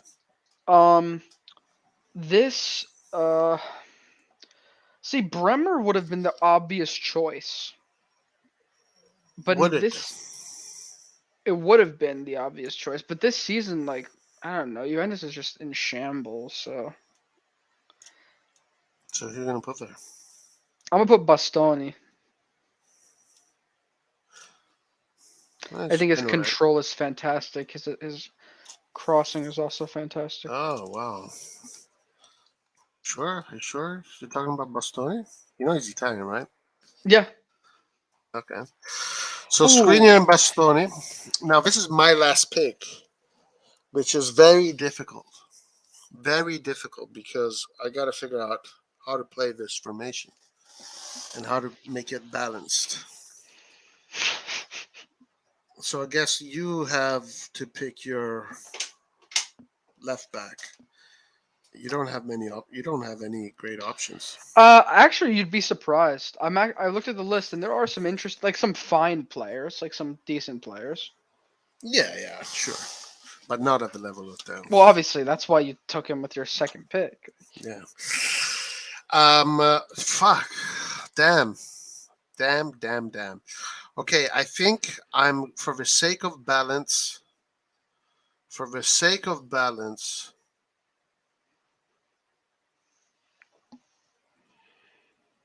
oh man, dude, this is tough. I have three options in my head.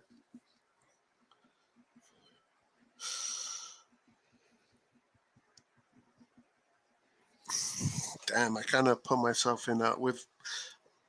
So I secured. How do I play this formation?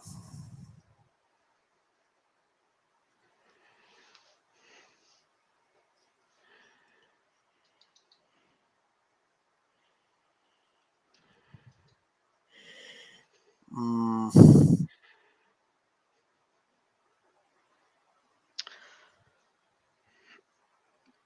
I have no idea who I'm gonna choose for my last player, to be honest. fuck. Hey Roy, question: What? would Kevin De Bruyne get into any of these teams? No. No. I mean, if he was available, I'd pick him right now, of course, Oh, okay. but not before any of these guys. I think I'm going to go with a 4-2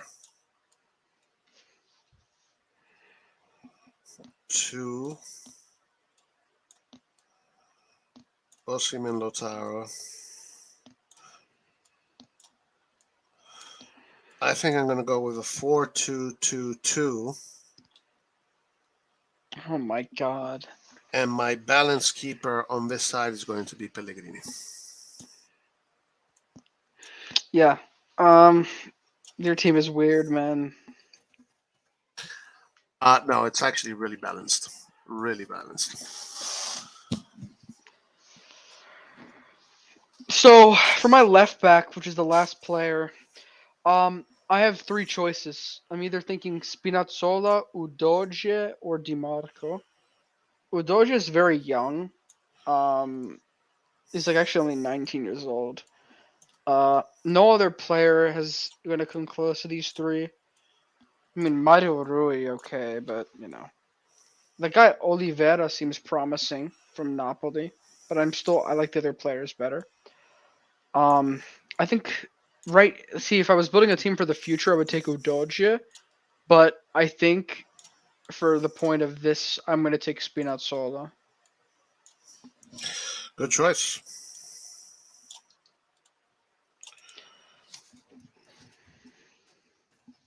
All right, that's it. So let's Let's look at these compare. teams.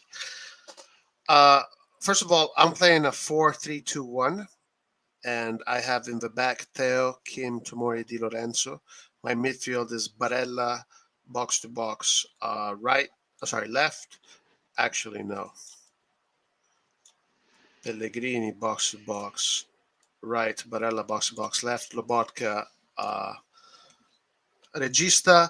And here, offensively, the two attacking midfielders he's going to be an attacking midfielder slash second striker. And Leao is going to be attacking midfielder slash winger striker.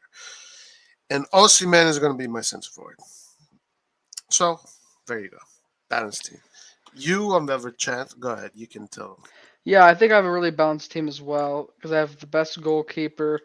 Kalulu's a more defensive right back, center back Skriniar, Bastoni, got the chemistry. One's more is better ball playing. The other one's just a great one-on-one defender. Spinazzola is going to go up. My midfield is top because I have my Regista. I have the more attacking player in Savic, and I have just the balanced box-to-box Anguissa. And then in my front three, see the right wing kind of. I maybe could have thought. I honestly probably should have structured this as like a 4-3-1-2 and put. I mean, I can always put Zelinski as a cam and then rotate that if I wanted to, but because I don't know if he's as much of a right winger, but I have Vicha and Vlahovic as my striker, so I have a top class player, and then I have my finisher. So I think, and then my creators that can get him the ball. So I think it's a good team. All right. So, in my opinion, my team wins. I would have never guessed that. And because you make a critical mistake here.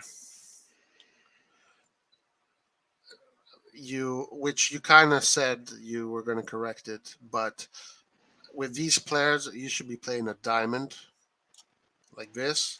Yeah, but I Vlahovic. can. That's all. I can just tell them to move. It's like I Yeah, drafted but it's too them. late now. The game has started. Bro, that's It's too late. it's not too Unless, late. but You can unless you have change a correction formation, for me. Do you have a correction for me? but Because it's not a correct. I found a weakness in your team right away. You can move the players around in your team however way you want. Sure, Like, but you didn't put it that way. oh my god. So, do you see a mistake in my team? Yeah, you're playing with two freaking. You're playing with a striker who's playing a cam right now, which is kind of strange. But I said second striker slash cam. Yeah, but I don't think Lautaro can do that. Yeah, I can. But it's not his Um, preferred striker. Let me see your His team. preferred position would be as a striker. I mean, honestly, Osimhen Lautaro would be two great two really good partners. You could have a Leao situation here that comes in here, but that means that you want to push Lautaro to this side. Actually, you can push Osimhen to this side because Osimhen does like to run into these spaces here. So he can create that balance. But I love a box to box. Pellegrini, the regista slash box to box, Lobotka. So yeah, you can make this work. You can make this work. But this is a clear mistake here to put Zelensky in this position. Yeah, I know. I was just thinking of. I mean, but I thought that I could move him around and play. I did say when I drafted him, like I'll put him on the right wing, but I can probably move him into like a right attacking midfielder and stuff like that. So Yeah. Now, if you had put your formation like that, um, your formation, if we look at your formation, if we played as a four diamond two offensive, it's a very good formation. bro, all I have to do is move freaking Yeah. Zelensky. Too bad, man. Hey, that's why I did. You got to be really careful when you do these things. Says who? It's literally it's tactics. All I have to do is yell Yeah, but you and didn't just be like, explain it. You "Hey, have to explain it. Zelensky, move in," and then it's like that's all you have to do. Yeah. I'm counting this as a W. No, I think it's really close, but you made a critical error there, and I don't, Dude, I'm not being an you're ass. I'm not being an ass. okay. I'm It's a being critical error, but if I was an actual coach, the error would literally be canceled by me saying, okay, but we "Just can't. move All around." right, so but we got to make it so like once it's decided, that's the formation, you know, and then you can criticize my formation. I can criticize yours. Yeah, I think that having Lautaro or Ozyman playing like a false nine is just not a good idea, in my opinion. Yeah, I think that I feel like you probably could have played. You could have chosen like there's a good amount of attacking midfielders in the league that you probably could have chosen to put in there. Maybe you could have mm, even substituted in Pellegrini for like a Raspadori or someone, and then put like a more centralized another central mm, midfielder to throw more no, balance. because But I think I can make this work because if I look at how Lautaro plays, this is his area. Yes, I acknowledge that his best position is here, but if you have them move in such a way where they're playing in their best positions, that you can look at it as a 2-1, like as this. And it's mostly because of Osimhen, because Osimhen likes to start here and then make these cutting runs. Lautaro can cut in right there. So it's all forward players playing in a forward role. But this here is an attacking midfielder playing on the right wing. It's like if I put Leao here. You don't agree, but yeah. I don't know. It's a little bit strange. Why would you put Zelensky there? Like, what are Just your move him thoughts? No, around, no, no. Tell dude. me what were your initial thoughts to put I was Zelensky just there? trying to stick to the 4-3-3 formation, and then, but I did say that he would have a lot of freedom on that right to move inside. Interesting. Just move him. Holy crap, dude. The fudge. Okay, okay. And all right, yeah, yeah. So let's do what you want to do. Another one. Let's do world.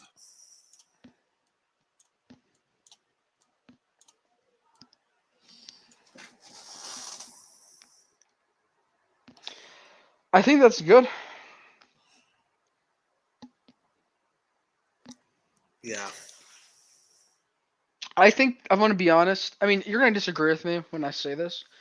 I think you have better defense than me, of course, but I think that my midfield is better, and then our offense is pretty similar because it's hard to kind of judge who's better because we play different offense.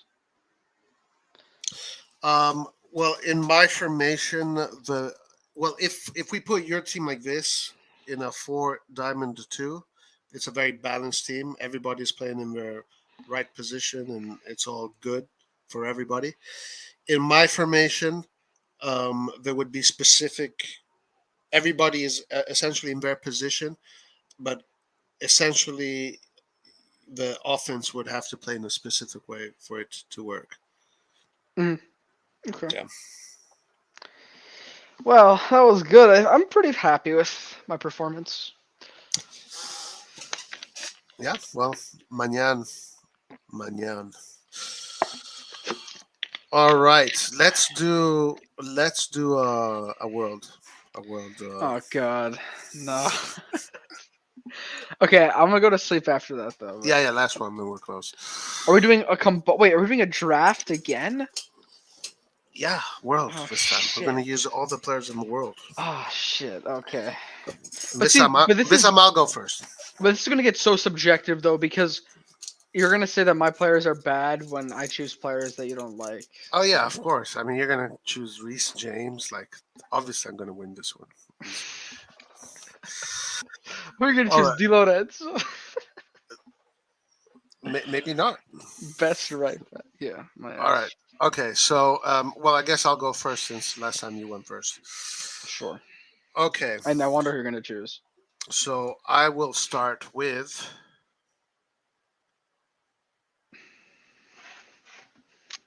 Holland. What the fudge? Yes. Oh my god, I'm so happy you did that because I wasn't even gonna think about taking Holland. I'm gonna take. The So greatest goal scorer in the world. I can choose two players, right? Yeah, of course. I want Benzema and Mbappe on my team. All right. Holland is a good goal scorer, but technically he's if he wasn't on City's creating a million chances for him, so I feel like yeah, he's good, but Benzema just has so much more quality than him. Okay. And I think Mbappe does too. So let's go. It's a great start for Team Antonio. I love this shit. Those are my top. Honestly, those are the first two players I thought of, and then I got them both. Okay. So I'll go next. Messi. I mean, okay, it's fine. Um, I feel like it's just going to be about taking as many players with quality as possible. I mean, honestly, because you took Messi, I feel like I'm probably going to take this player instead. Let me think. I think I'm going to take Luka Modric. Nice pick. Nice pick. Yeah, I got to take the players that you're probably going to go after.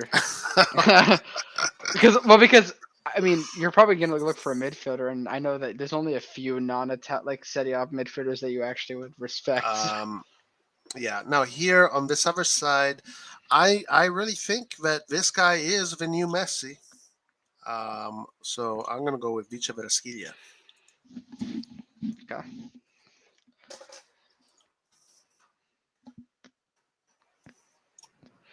I feel like because see, there's no need for me. I have a player. I'm not going to There's pick so him. much fucking genius here. Oh It's my insane. god! Can you stop? I can't believe how much genius there's here. That's insane. And this guy finalizing all that genius. Oh my lord. All right. Anyway, keep on going. My bad.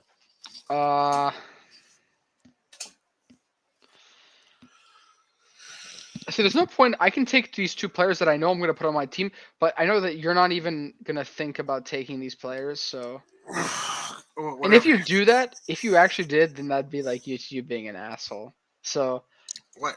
I don't know what you're uh, talking about. so let me think of who can I put into this team. Fuck, I don't want to make any major mistakes. You already made the major mistakes. No, I did not. My You- team is you- fantastic. You chose not to pick the two most genius players in the world. Yeah, I have some players that I like. It's just about who do I take first? So many players. So, I think I want to go into this position.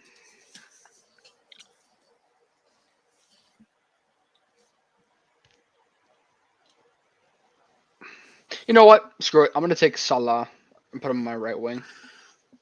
Really? Yeah, best right wing. No shit. You're gonna get Salah. I mean, it's a good option. You know? Yeah, it's pretty straightforward. So Pretty straightforward, right? Well, in that case, I'm gonna get my favorite attacking midfielder, KDB. oh my god, you bastard! No, yeah. I knew you would do this. No, you can't actually do that. Dude, you You fucking can't didn't pick actually him. do that. You pick Salah. What's bad? What's wrong with doing that? What the fuck, dude? What the fuck? Explain yourself. Explain yourself. Isn't he considered the best attacking midfielder in the Dude, world? screw you. Screw you. Oh my god, you can't just trash him and then pick him on your team like that. Poker is a hell of a game. What? Are you being? So you would actually take KDB? He's the best attacking midfielder in the game, isn't he? Bastard. You best. I'm gonna literally clip this, guys. Oh, shit. Roy, you're such an ass, dude. We've literally gone to war over this.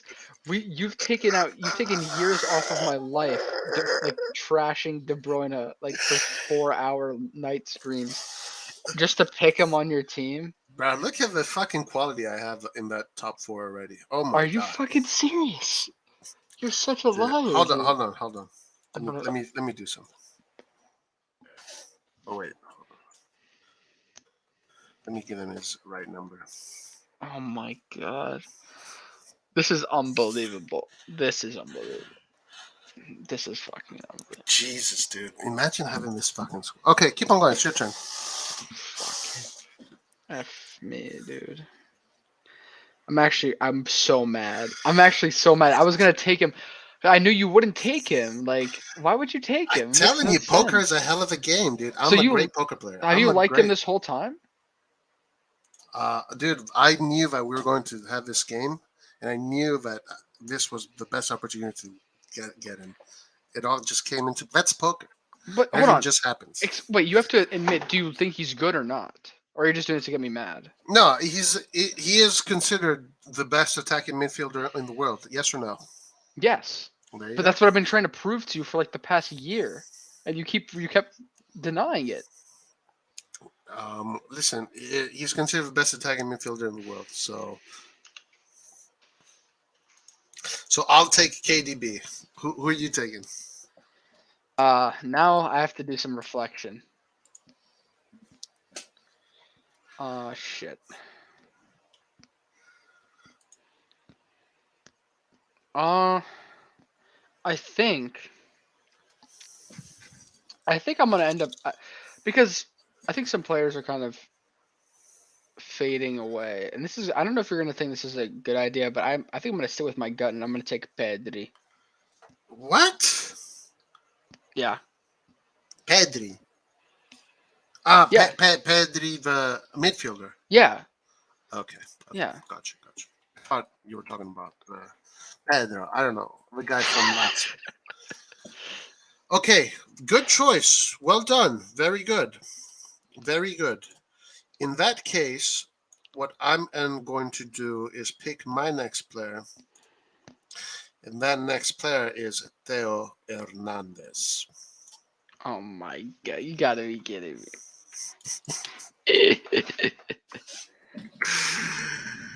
Theo Hernandez, working with Vice Verasquilla.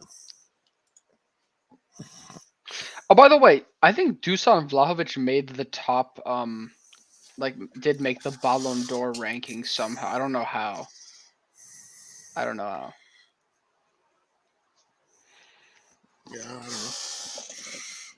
Man, I am. That's the one thing that I'm mad about. Because I was gonna make the perfect team, but the one thing I'm mad about is KDB because I wanted to put KDB in my team. That's the only thing I have regrets about, to be honest. Also, wait? How are you setting up this team? Okay. Can you flip? Can you put Modric and Pedri more centralized, please, for my OCD? Are you what formation? I'm looking at a 3. Oh, okay. I'm trying to do a 4-3-3. But Modric, I don't think he's going to be my holding midfielder. Okay. But I don't know. We'll see. So we'll put him like this for now. I'm gonna take Joao Cancelo and put him at left back. Good pick. Roy literally with that KDB shit. I feel like I'm Julius Caesar. Like holy shit, dude. I'm telling you, I'm a great poker player. No, because I'm a great poker player. Then tomorrow you're gonna say he's shit. My percentage in wins in poker is super high. Tomorrow you're gonna say he's shit. Okay, so you get Cancelo there. That's a really good pick. Well done. Well done. Well Yeah. done. Okay, so I guess it's my turn now, yeah? Mhm. Um,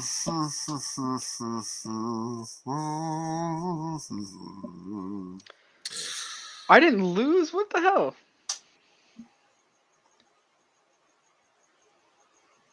fuck. Okay. So I'm really set up really well. So KDB, I guess it comes down to my. Am I going to do a double pivot? Am I going to do a double pivot?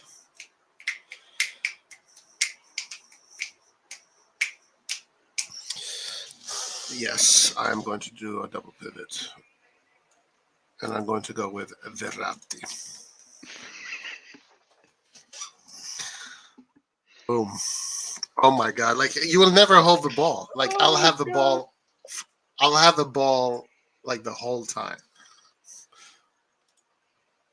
Bro, do you know that Tonali is like the 7th most expensive defensive midfielder in the world right now? Is he?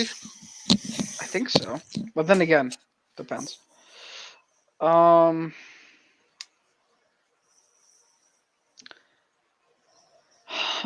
this is. I'm gonna. Okay. To be honest, this is so. I know that I'm trying. Because if I choose my third midfielder, you're gonna probably like. Because I have to be a bit creative as to who I choose, and you're probably gonna like laugh if I choose like a defensive midfielder because you pretty much hate all of the defensive midfielders that are What? considered really good. So, Okay, that's yeah. I um, don't even know how to respond to that. so I think I'm gonna be practical and instead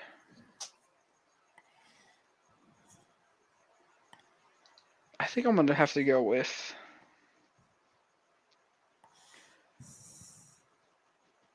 damn.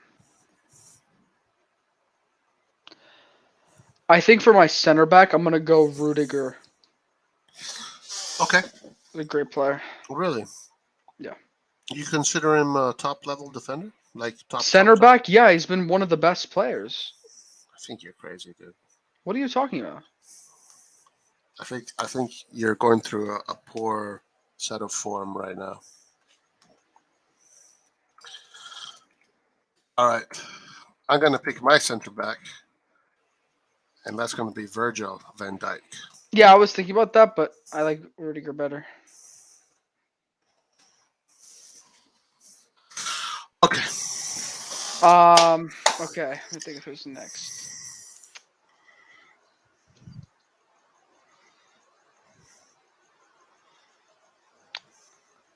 Okay. Are you playing in a 4-2-3-1 or a 4-3-3? Fourth I don't know yet. We'll see. Oh, okay. Um I'm probably gonna go for my other. Oh shit. No, but then again, what the hell? I don't know what you're gonna do, man. Like, screw you, man. You're gonna do some weird shit. I already know. Oh shit.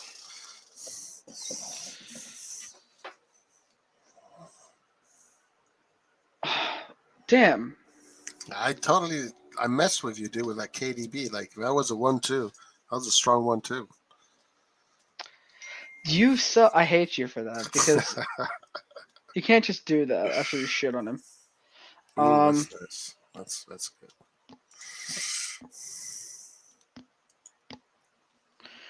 Okay, I think.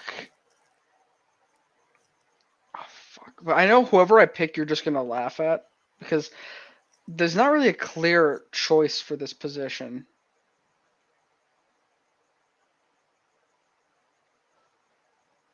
Okay. So why do you care what I would do? First of all, Fudge. Okay, I think I'm gonna take Skriniar for my other center back. really, Yeah, because I'm looking at all the top center back names, and Skriniar. he's performing very well in the UCL, which is really important. Wow. So your defense is going to be Skriniar and Rudiger. Yeah, it's a great Okay. pairing. Okay.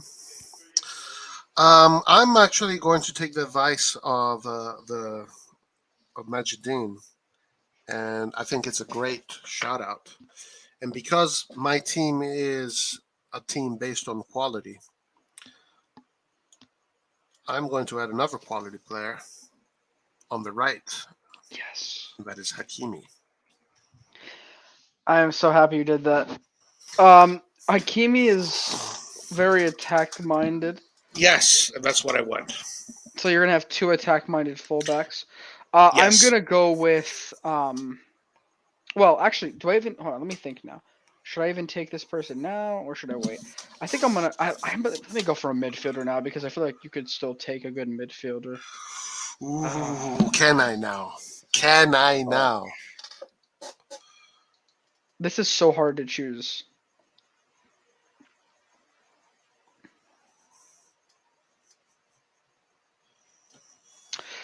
I know who I think I would take, but you would laugh. But it Why do doesn't you matter what care you if I say.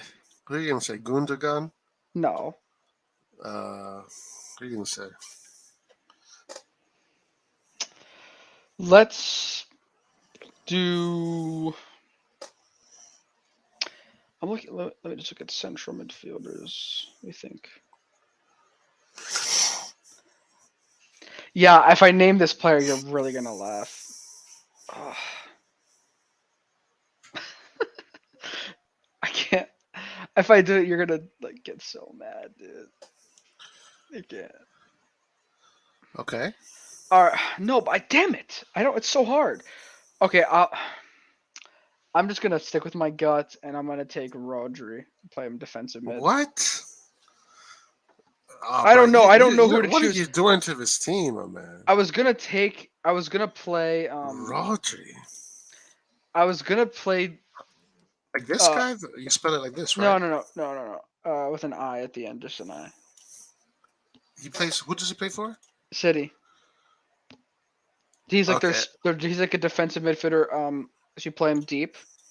So how do you set up this formation here? You can play him Pedro on the left, Mudge on the right center mid, and then Rodri's like the deep line playmaker, like the defensive midfielder. So like Yeah, this? yeah, yeah. Okay.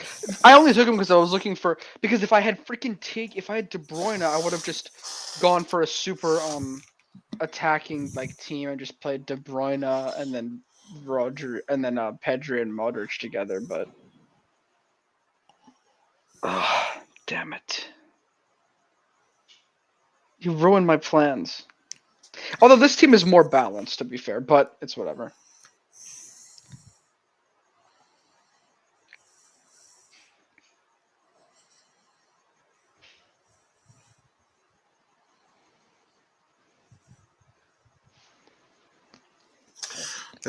This is where now I have to think of the balance because my team now is well, KDB provides a lot of balance and quality. So VVD I'm gonna provides cliff this whole thing. VVD provides a lot of quantity. He Both provides a these, lot of hands behind his back defending when the opponents shoot on goal. yeah. And Theo is excellent at both. Hakimi a little bit better attacking, but still really good at defending. Um, so now here I need players that are a little bit more defensive in order to make this just more realistic. So my option there would have been I would have I wanted just what? sorry. I just Uh, snagged the best defensive mid. So but no, he's not. No, he's I not. mean, out of the players like who No are way. Oh fit, my mama. yeah. Man. Well, who's a better No way. defensive midfielder? That's like what he's good at. It's Rogers' main role. Like what? Like a Gattuso you're talking about? Well, someone who shields the back four. And you put a Gattuso in that position right there? No, he's not. Okay, he's more than that. He literally plays this deep line playmaker role for City. Like he also goes up and he'll score goals too. But he's Is he Spanish? He's Spanish, right? yeah, yeah. He was in the Euros. Yes. He played against Italy, right? Yeah. Yeah, I remember him. He's not the best defensive midfielder, man. Come on, bro. And that's a huge. That's like a unrealistic statement. Best defensive midfielder. Like you're saying, he's the number one. I mean, in that role, it's hard to find just to like decide who really is. Because a few years ago, people would think there was a consensus that Conte was, but I feel like it's been much more of a debate recently because All right, Conte's been injured. So I made up my mind. don't who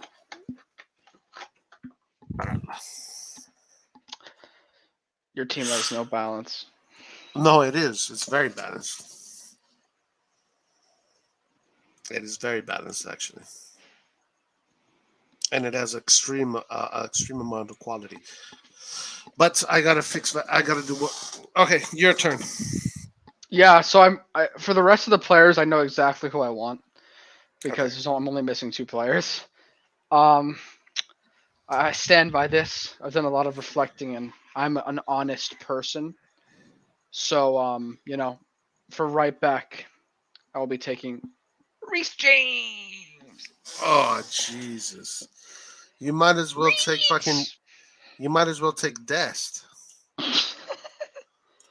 Yeah, because Des can score and defend against Oh Champions my League lord. opponents. Okay, Reese James. Top, top, top, top, top.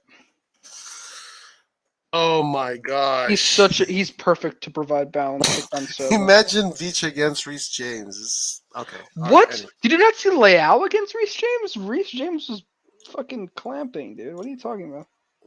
dude, Beach would just eat him alive. Anyway, okay. Let's keep on going. It's my turn. Yeah, Okay. and honestly, I So don't care. Like, I mean, actually, never mind. My next whatever. pick is gonna be very, very like interesting to be honest, because Yeah, it's going to be very interesting. Mhm. All right. So the next player that I'm going to go with here is um.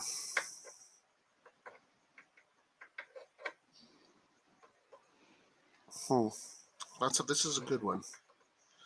It's a tough one. Very tough. There are not many options, to be honest with you, because there's not many great defenders right now in the world. So when we talk about defenders, the only one that has reached a certain level has been Virgil van Dijk in these past years.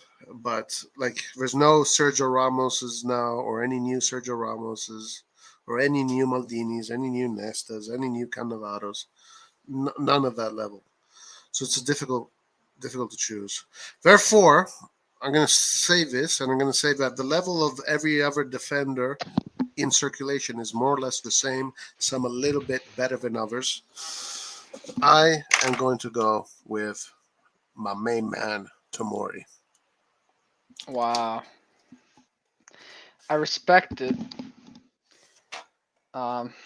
I think yeah, it's hard to just choose one. I don't think I would agree, but I think like And Tomori provides that quantity that you need, and now all of a sudden my team is balanced. you Boom. can. Oh no, that's not how it works. Yeah, it does Um, work. okay, yeah. So for my It is goalkeeper, balanced. like honestly, the thing is like there's the two options that we're all thinking. I don't really care. Like they're both very good goalkeepers. So I mean, it's hard to just choose one. Like I think just so I avoid upsetting the most people, like and just trying to be objective, I think I'll just take Courtois. But I still stand by this position that I wouldn't, if as a Milan, I wouldn't trade Magnan for anyone. Also, Courtois I think is older than Magnan, so. But just in terms of like, performances and shit. And I am going to go with Donnarumma. Oh my god. You piss me off. Oh, okay, good. Oh wait, hold on. No, dude, you piss me off. How What? do you say that Magnan is like the greatest transfer and then put Donnarumma over him? I didn't. Wait? Are you putting Magnan or are you putting Donnarumma? I put Magic Mike. Oh, you did. Okay, good. All right, so let's look at these formations. So I have a 4-3 or a 4-2-1-3 or a 4-3-3, however you want to call it. But because KDB likes to move up and down, KDB can provide exquisite, Don't talk about Katie. exceptional quantity and exceptional quality. That is why he's Oh considered my the best number god. 10 in the world right now, because he can do both. Oh my He can do god. both. So when I have KDB, I have all the reassurances in the world that I have a top quality player defending the midfield. Guys, And when he's in this area, I have all the assurance in the world that I have the best attacking midfielder in circulation right now. So okay, that is a so win-win for me. so Roy's main argument is that he has Kevin De Bruyne on his team. Therefore, Roy has no integrity, and he's been lying to us the whole time. Okay. So I think that's a win for me. So attacking wise, I have the best scorer in the on the planet without a doubt. He's proven that this year as well. And on the sides, I have the two biggest geniuses in football. So my attack is not world class, not galactic class. It is universal class. Oh So my. it is probably the best shit on the universe. As far as my midfield goes, Verratti is the best midfielder after Modric right now. So as soon as Modric is gone, Verratti takes his mantle. And Barella is one of the best, maybe top three, top two best box to box midfielders in the world. Defense, Theo is the best left back. Virgil van Dijk is the best center back. Tomori is one of the best. Hakimi is the best right back. Magic maybe second to Courtois. Okay, my team is the best. So for goalkeeper, I mean, honestly, I could take any of the two goalkeepers. I don't really care. My team is very good because of its balance, I would say. So when you look at my defense, Rudiger and Skriniar, Rudiger is extremely fast. Skriniar is a very good one-on-one defender, a bit stronger. So and Rudiger's also pretty, big and strong as well. So good pairing. Reece James and Cancelo. Cancelo is very attacking, and Reece James is a very, very good, strong defender as well as someone who can go in and cross and attack. So they balance each other very well. On my midfield, I have my defensive playmaker, Rodri, who provides that midfield balance. And then I have Modric and Pedri, who have just absolute class in terms of how they move the ball and create plays. Then I have the best front three based on their position, because I have the best left winger in Mbappe right now. The best striker in terms of overall He's quality, which not is the best left winger. Benzema, is the most quality He's out of not any the best striker. left He winger. just won the Ballon d'Or. I have Ballon d'Or level, strikers. And then Salah, in terms of a right winger, he's more of an attacking midfielder. So you can, and Roy made that little sort of a little formation mistake. I wouldn't really play Messi as a far right winger. Mistake. That's been his whole career. Yeah, no, that was before. He's had to change the way he's Yeah, you know yeah. Of because course. yeah. So that's, I don't think right now you can do that. Oh, So sure. I think But so Salah we is okay. is Even right now, he can play that position for sure. The way as an attacking midfielder, uh yeah, okay, yeah. I mean, he's right Messi. He'll wing be attacking fine. midfielder, and also you brought up Ballon d'Or. Um, Yeah, well, Benzema just we're won it. talking about we're talking about the number one guy as far as Ballon d'Ors. No, Messi can play that position very finely, no problem. Worry about your team. Worry about your team. Yeah, so like I said, Salah in terms of like a pure right winger is the best you can find right now. So I like my team. Yes. So the I issue did that I make have, one mistake, but I'm not. I will only admit it after we're done. Like, with your team is that Pedri and Rodri are not. I don't think they're at the level of Verratti. Never of them are. what? Verratti is after Modric. Verratti is the best. So Barella is more or less same level as these guys. Maybe a little bit better when it comes to personality on the field. Maybe on the ball, Pedri is super precise. We know that. Personality wise, Barella is over over Pedri. Rodri, I've seen a little of him play, so I can't. I watched Pedri close. Here in your midfield, you have Modric. That is the number one guy. I have a number two guy, but then Who's the number 2 guy? Verratti. Like as soon as Dude. Modric is done with football, Verratti is going to be the next Oh my midfielder god. for everybody. They already are calling him the genius midfielder. But my midfield golden nugget is KDB, and that's where I win this duel. Guys, Roy is such he's like the fakest person that you could Bada possibly. beam, bada boom. This is where I win the duel right there. Look at that. Mm. Mm. Mm. Mm. Mm. I can't believe Yes. you're making those sounds to KDB. I'm gonna tell my dad about this, and I mean, like, this is just you. Better if this stream gets taken down. Oh If this shit. stream gets taken down, I'd be so mad. Roy, you better So not take this stream down. so so the reason why I win the midfield battle is because of KDB. You don't win the midfield battle. I do. I do. Because of KDB. But it's a really close battle. I win it because of KDB. Yeah, if you Roy, do not take the stream down. And the reason why I say that is because none of your midfielders can do what KDB does. Dude, it sounds like you're like the poster child for KDB sounds right now. It's almost like you haven't been trashing this guy for the past like I don't know how many months. All right, okay. And then you can criticize my team, by the way. I'll All right, I have to. I think I'm gonna go to sleep soon, but I will say, Roy, Yeah. don't take this stream down. I actually want to show this to my dad, so you better not take it down. Why would I take it down? Okay, and then the defense. All right, Cancelo, yeah, second best to Theo. Theo's number No, one. I think he's better. Rudiger, Skriniar. I mean, they're nothing. They're just. I mean, they're pretty much Tomori. There's not much No, difference. I think they're better. I think Rudiger is better than you think. I think the one mistake, to be honest with you, I just had like a mental lapse, and I should have just taken VVD just because he's like more objectively better. So that is the one mistake. But besides that, I think those two are fine. I really like Reece James and Cancelo. Like to be honest with you, It's those balanced. those are the two players. Like I know you're going to disagree with me, but before starting this, those were number one left and right back for me, in my own opinion. Yeah, So for I'm me, happy Reece I chose them. James is the same level as Di Lorenzo, and that's pretty much it. Or Di Marco, like that's how I honestly feel about it. Hakimi, Theo is less balanced than yours, so definitely yours is more balanced. Mine is more offensive. Um, But my front three is fantastic. They're so your good. front three is obviously world class, but so is mine. Mine is more genius. Yours is more explosive. I mean, Benzema is genius. Yeah, but not Messi. Vicha genius.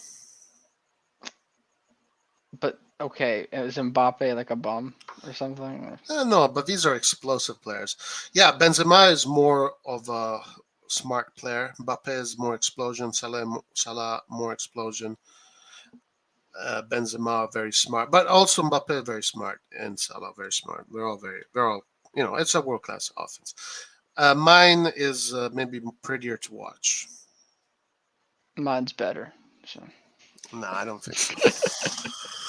So All right. essentially, I think this duel was won by me because of KDB. Do you agree? Essentially, like I never thought I'd be in this position, but I should have known that this is who you are, right?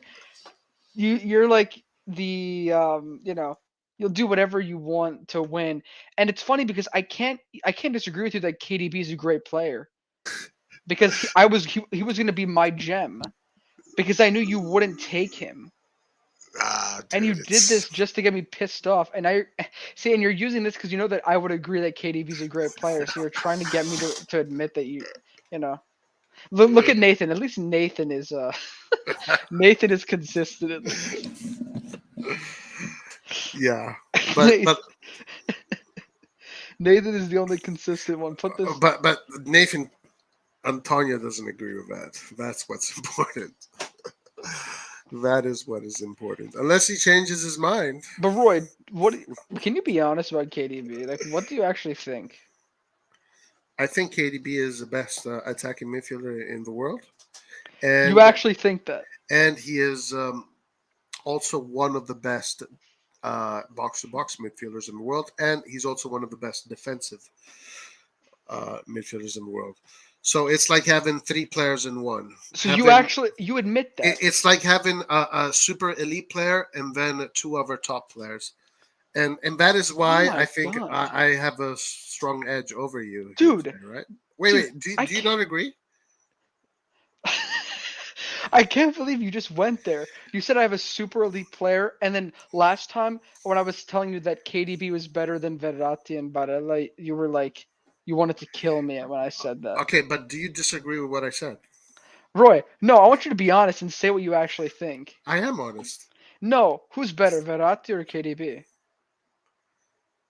Doing what? Just an overall midfielder. Well, it has to be KDB.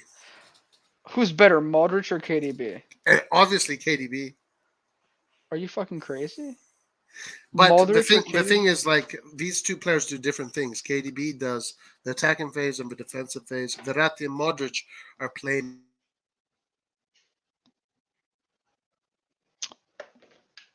Roy, did you just cut out or is that just me? I can't hear you anymore. I can't hear you, Roy, if you're talking. I can't hear you. This is actually hurting my brain. Like, I don't understand what's going on. I think I need to go to sleep because Yo, I'm uh, so can you hear me? yeah. Okay, so yeah, so Verratti and Modric are playmakers, though. KDB does more than that. He's more of a complete midfielder. Well, they are more like specific in what they do. Do you want to quote my dad on this one too? Like at this point, because it sounds like you're just spitting out the same thing we've been trying to get through that thick head of yours for the past year. Okay, so you agree with me, right? Well, about KDB, Yeah. yes, but it's not about. So That that doesn't mean means that my team is my midfielder. My midfielder is better than yours, right? no, because I have Modric, and I've always consistently said that Modric is the best midfielder just because of his Over class. KDB. I think, yeah, I would say so. I mean, I Okay. did say that before. I said, I think KDB. My argument before was KDB is one of the best You midfielders in the world. okay, okay, I said and Modric is up there. oh my god. Okay, so now Modric is the best in the world. I never said KDB was the single best. I said he should be considered one of the best midfielders. That was always my argument. I don't change my Wow. argument like you. Like you always Okay, change your okay. argument. But anyway, so I edge the team because of KDB. I edge Oh your my team god, because of KDB, and I think that is a fact because I have a weapon that you definitely don't have in bro. the midfield. Do you agree with me on that? That doesn't. KDB is a great player. That doesn't make your team automatically better than mine. Like that's not how it Well, works. yes, because I have all the most creative and best creative players on the I planet. think I have some really, really clutch players, and You do. You have speed. You have power and speed. Well, if we not were power. You playing, have speed. all of my players on this team have won. Like, if we're going by your freaking argument all the time, they've won like some of the biggest things, except maybe Pedri. He's very young; he hasn't won anything yet. But Reece James UCL, Skriniar hasn't won the UCL yet, but he's at least he's won the league. Rudiger UCL, Courtois, he's won so much. Cancelo, I don't think he's won the UCL. But besides that, I mean, Modric, Benzema, Salah, Mbappe, World Yeah. Cups, UCLs, all this stuff. Yeah. So, I mean, Okay. I do have that clout. And my team isn't as flashy in the sense of the midfield because I have a lot of balance. And I think that this team would be a very difficult team to be because all my players, as Nathan would say, would step up in the big moments. So, like, unlike Katie. Even though I think I can't believe I'm So saying that. KDB doesn't step up in the big moments, guys. You heard it right here, No, he does. He does. He does. guys. No, wait, hold on. So does he or does he not? This doesn't make this question won't make your team better or Does he or does worse. he not? He does step up in the big Ah, moments, okay, okay, okay. but I mean, as with like he plays with his team. He's not like But exceptionally you almost said that he bad. doesn't, right? You almost said that he doesn't. I almost well, I said that Yeah, I mean, if we're going by the argument of what's he won, yeah, he won the league, right? Like you guys always say, technically he has not won the World Cup, Euro, or Champions League yet, so you can use that if you want. Okay. Anyway, so no, I think your team is very good. I think it's definitely a team that can win. If we played this game 10 out of 10, uh, I think my team edges it because of Messi and Vicha and Haaland and KDB, specifically those four players, and everything else is pretty much similar. I think my team would edge it in terms of Benzema and Mbappe playing together, Modric as well, Modric and Pedri just keeping the ball, um, Rodri just being kind of there to support them. So I think it Okay, works well. so and one thing I know for a fact, one thing for I know for a fact is that um, Virgil van Dijk can contain Benzema. Theo Hernandez can contain a fast player like Salah, and Uh, I don't know if about. I mean, yeah, he can can, can but can he was struggling against him when we Virgil played. van Dijk can contain Salah. Can Mbappe can Tomori contain Mbappe? I don't know. They're both very fast. I Yeah, don't know. Roy, come on, now you're being crazy. But most likely Okay, Mbappe but in that same sense, is Reece James can contain Vicha because no, he can't. yes, he He can. can't. Yes, he can No, he can't. because he's the best. Like, he's one of the best defensive right backs. That's why I One of the like him best for his that balance. won't do it. Okay, but that's just so I can say the same thing about Mbappe. Like, is and Yeah, Hakimi against Mbappe? yeah. You Hakimi's could, you terrible at could, you defending. could, you could. So it doesn't make sense. But the problem is that Vicha can obviously go over Skriniar, and Vicha can obviously go over Rudiger, and so does Messi with all the other guys. Messi at this stage in his The career, I don't difference know is if he'll be Van able to do that. Dyke. I have Van Dyke. The difference is Van Dyke and KDB. My difference is Mbappe, Modric, Benzema, Ballon d'Or winner. Okay, but So striker, I have Vicha that is unstoppable. Haaland that scores the okay, I most have goals in the Mbappe league. that's unstoppable, and Benzema That's who it. scores a You bunch of only have goals in the Mbappe that's UCL. unstoppable. But but Yes, but I have Van Dyke that can stop it these doesn't. guys. Okay, so You don't have but anybody that my gets center stopped backs by can't players. freaking. Dude, are you serious? My center backs, I guess, are just bums that can't stop anyone. Yeah, that makes sense. But hold on. But do you agree with me? Like the difference is Van Dyke. No, You he's made a good, but all mistake. the You Van said you Dyke made a this year mistake. isn't even as good as he like was. You know, he's solid, but he's not like he's. I think that's also like you always say, English media does put him on this platform that's like untouchable. Like I feel like he's not untouchable. And this is very true. Like this is absolutely true. Like this is it's almost like wow, I can't believe you went for those guys. Pedri is very good. Anyways, okay, I'll give you my team. Let me just tell you the only changes I would make if this wasn't a draft. The only change. This is how confident I Okay, am. sure, I sure. would Go ahead. literally take. I would put KDB in for Rodri. Okay. Maybe switch Pedro for someone with more balance, but I don't even know if I would do that. And I would put in VVD for Skriniar. Those are the only two changes I would make. So other than that, my team is Okay. perfect. And I'll tell you what. The only player that I would take from your team and try to fit him somewhere in my team would be Modric. Yeah, you're crazy. All right, I gotta go, man. It's been a while, so All right. So we can say that the first round, you made a critical mistake, but if you didn't make that mistake, you probably would have won that round.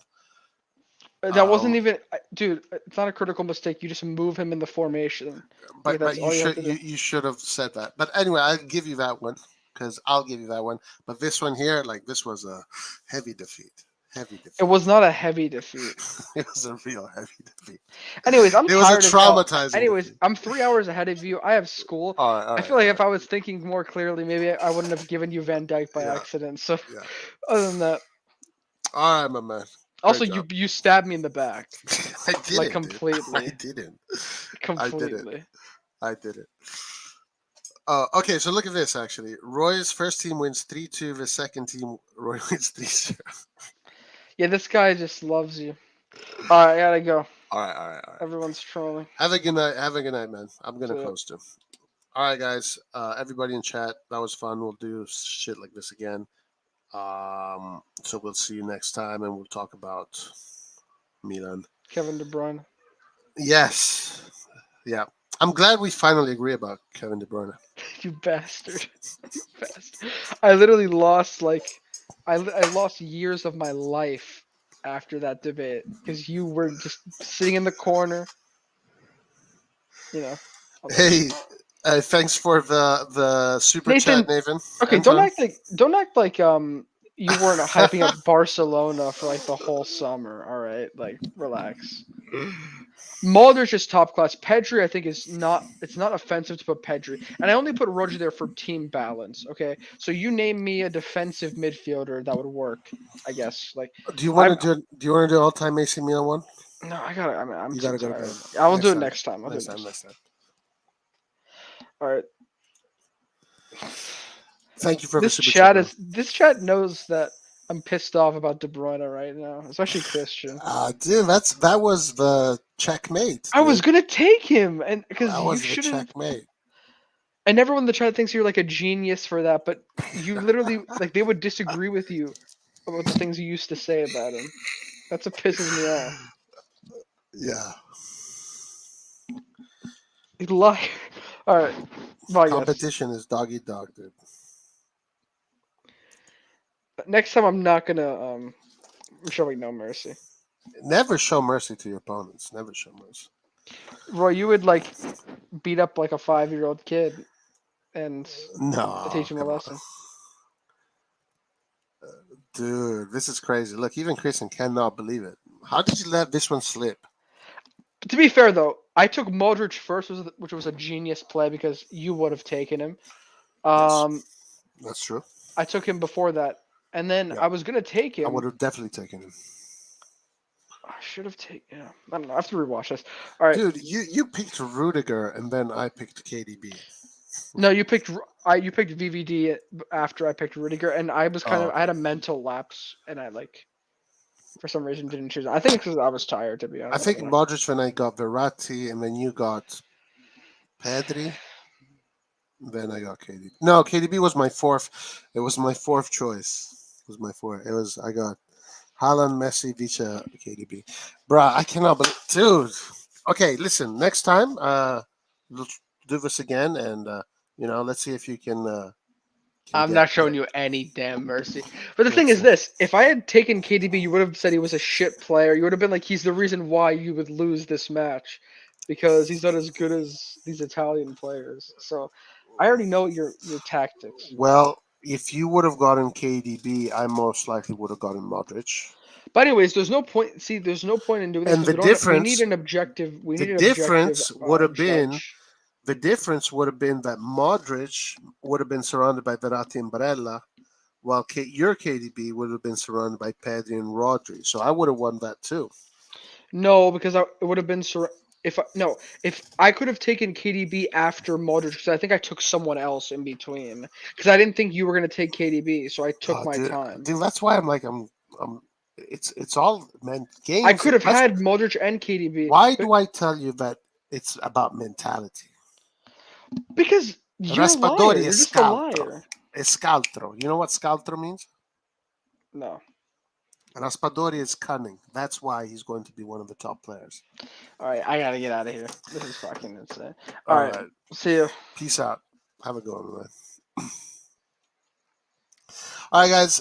Good night, everybody in chat. We'll see you next time. Alla prossima. Arrivederci and ciao.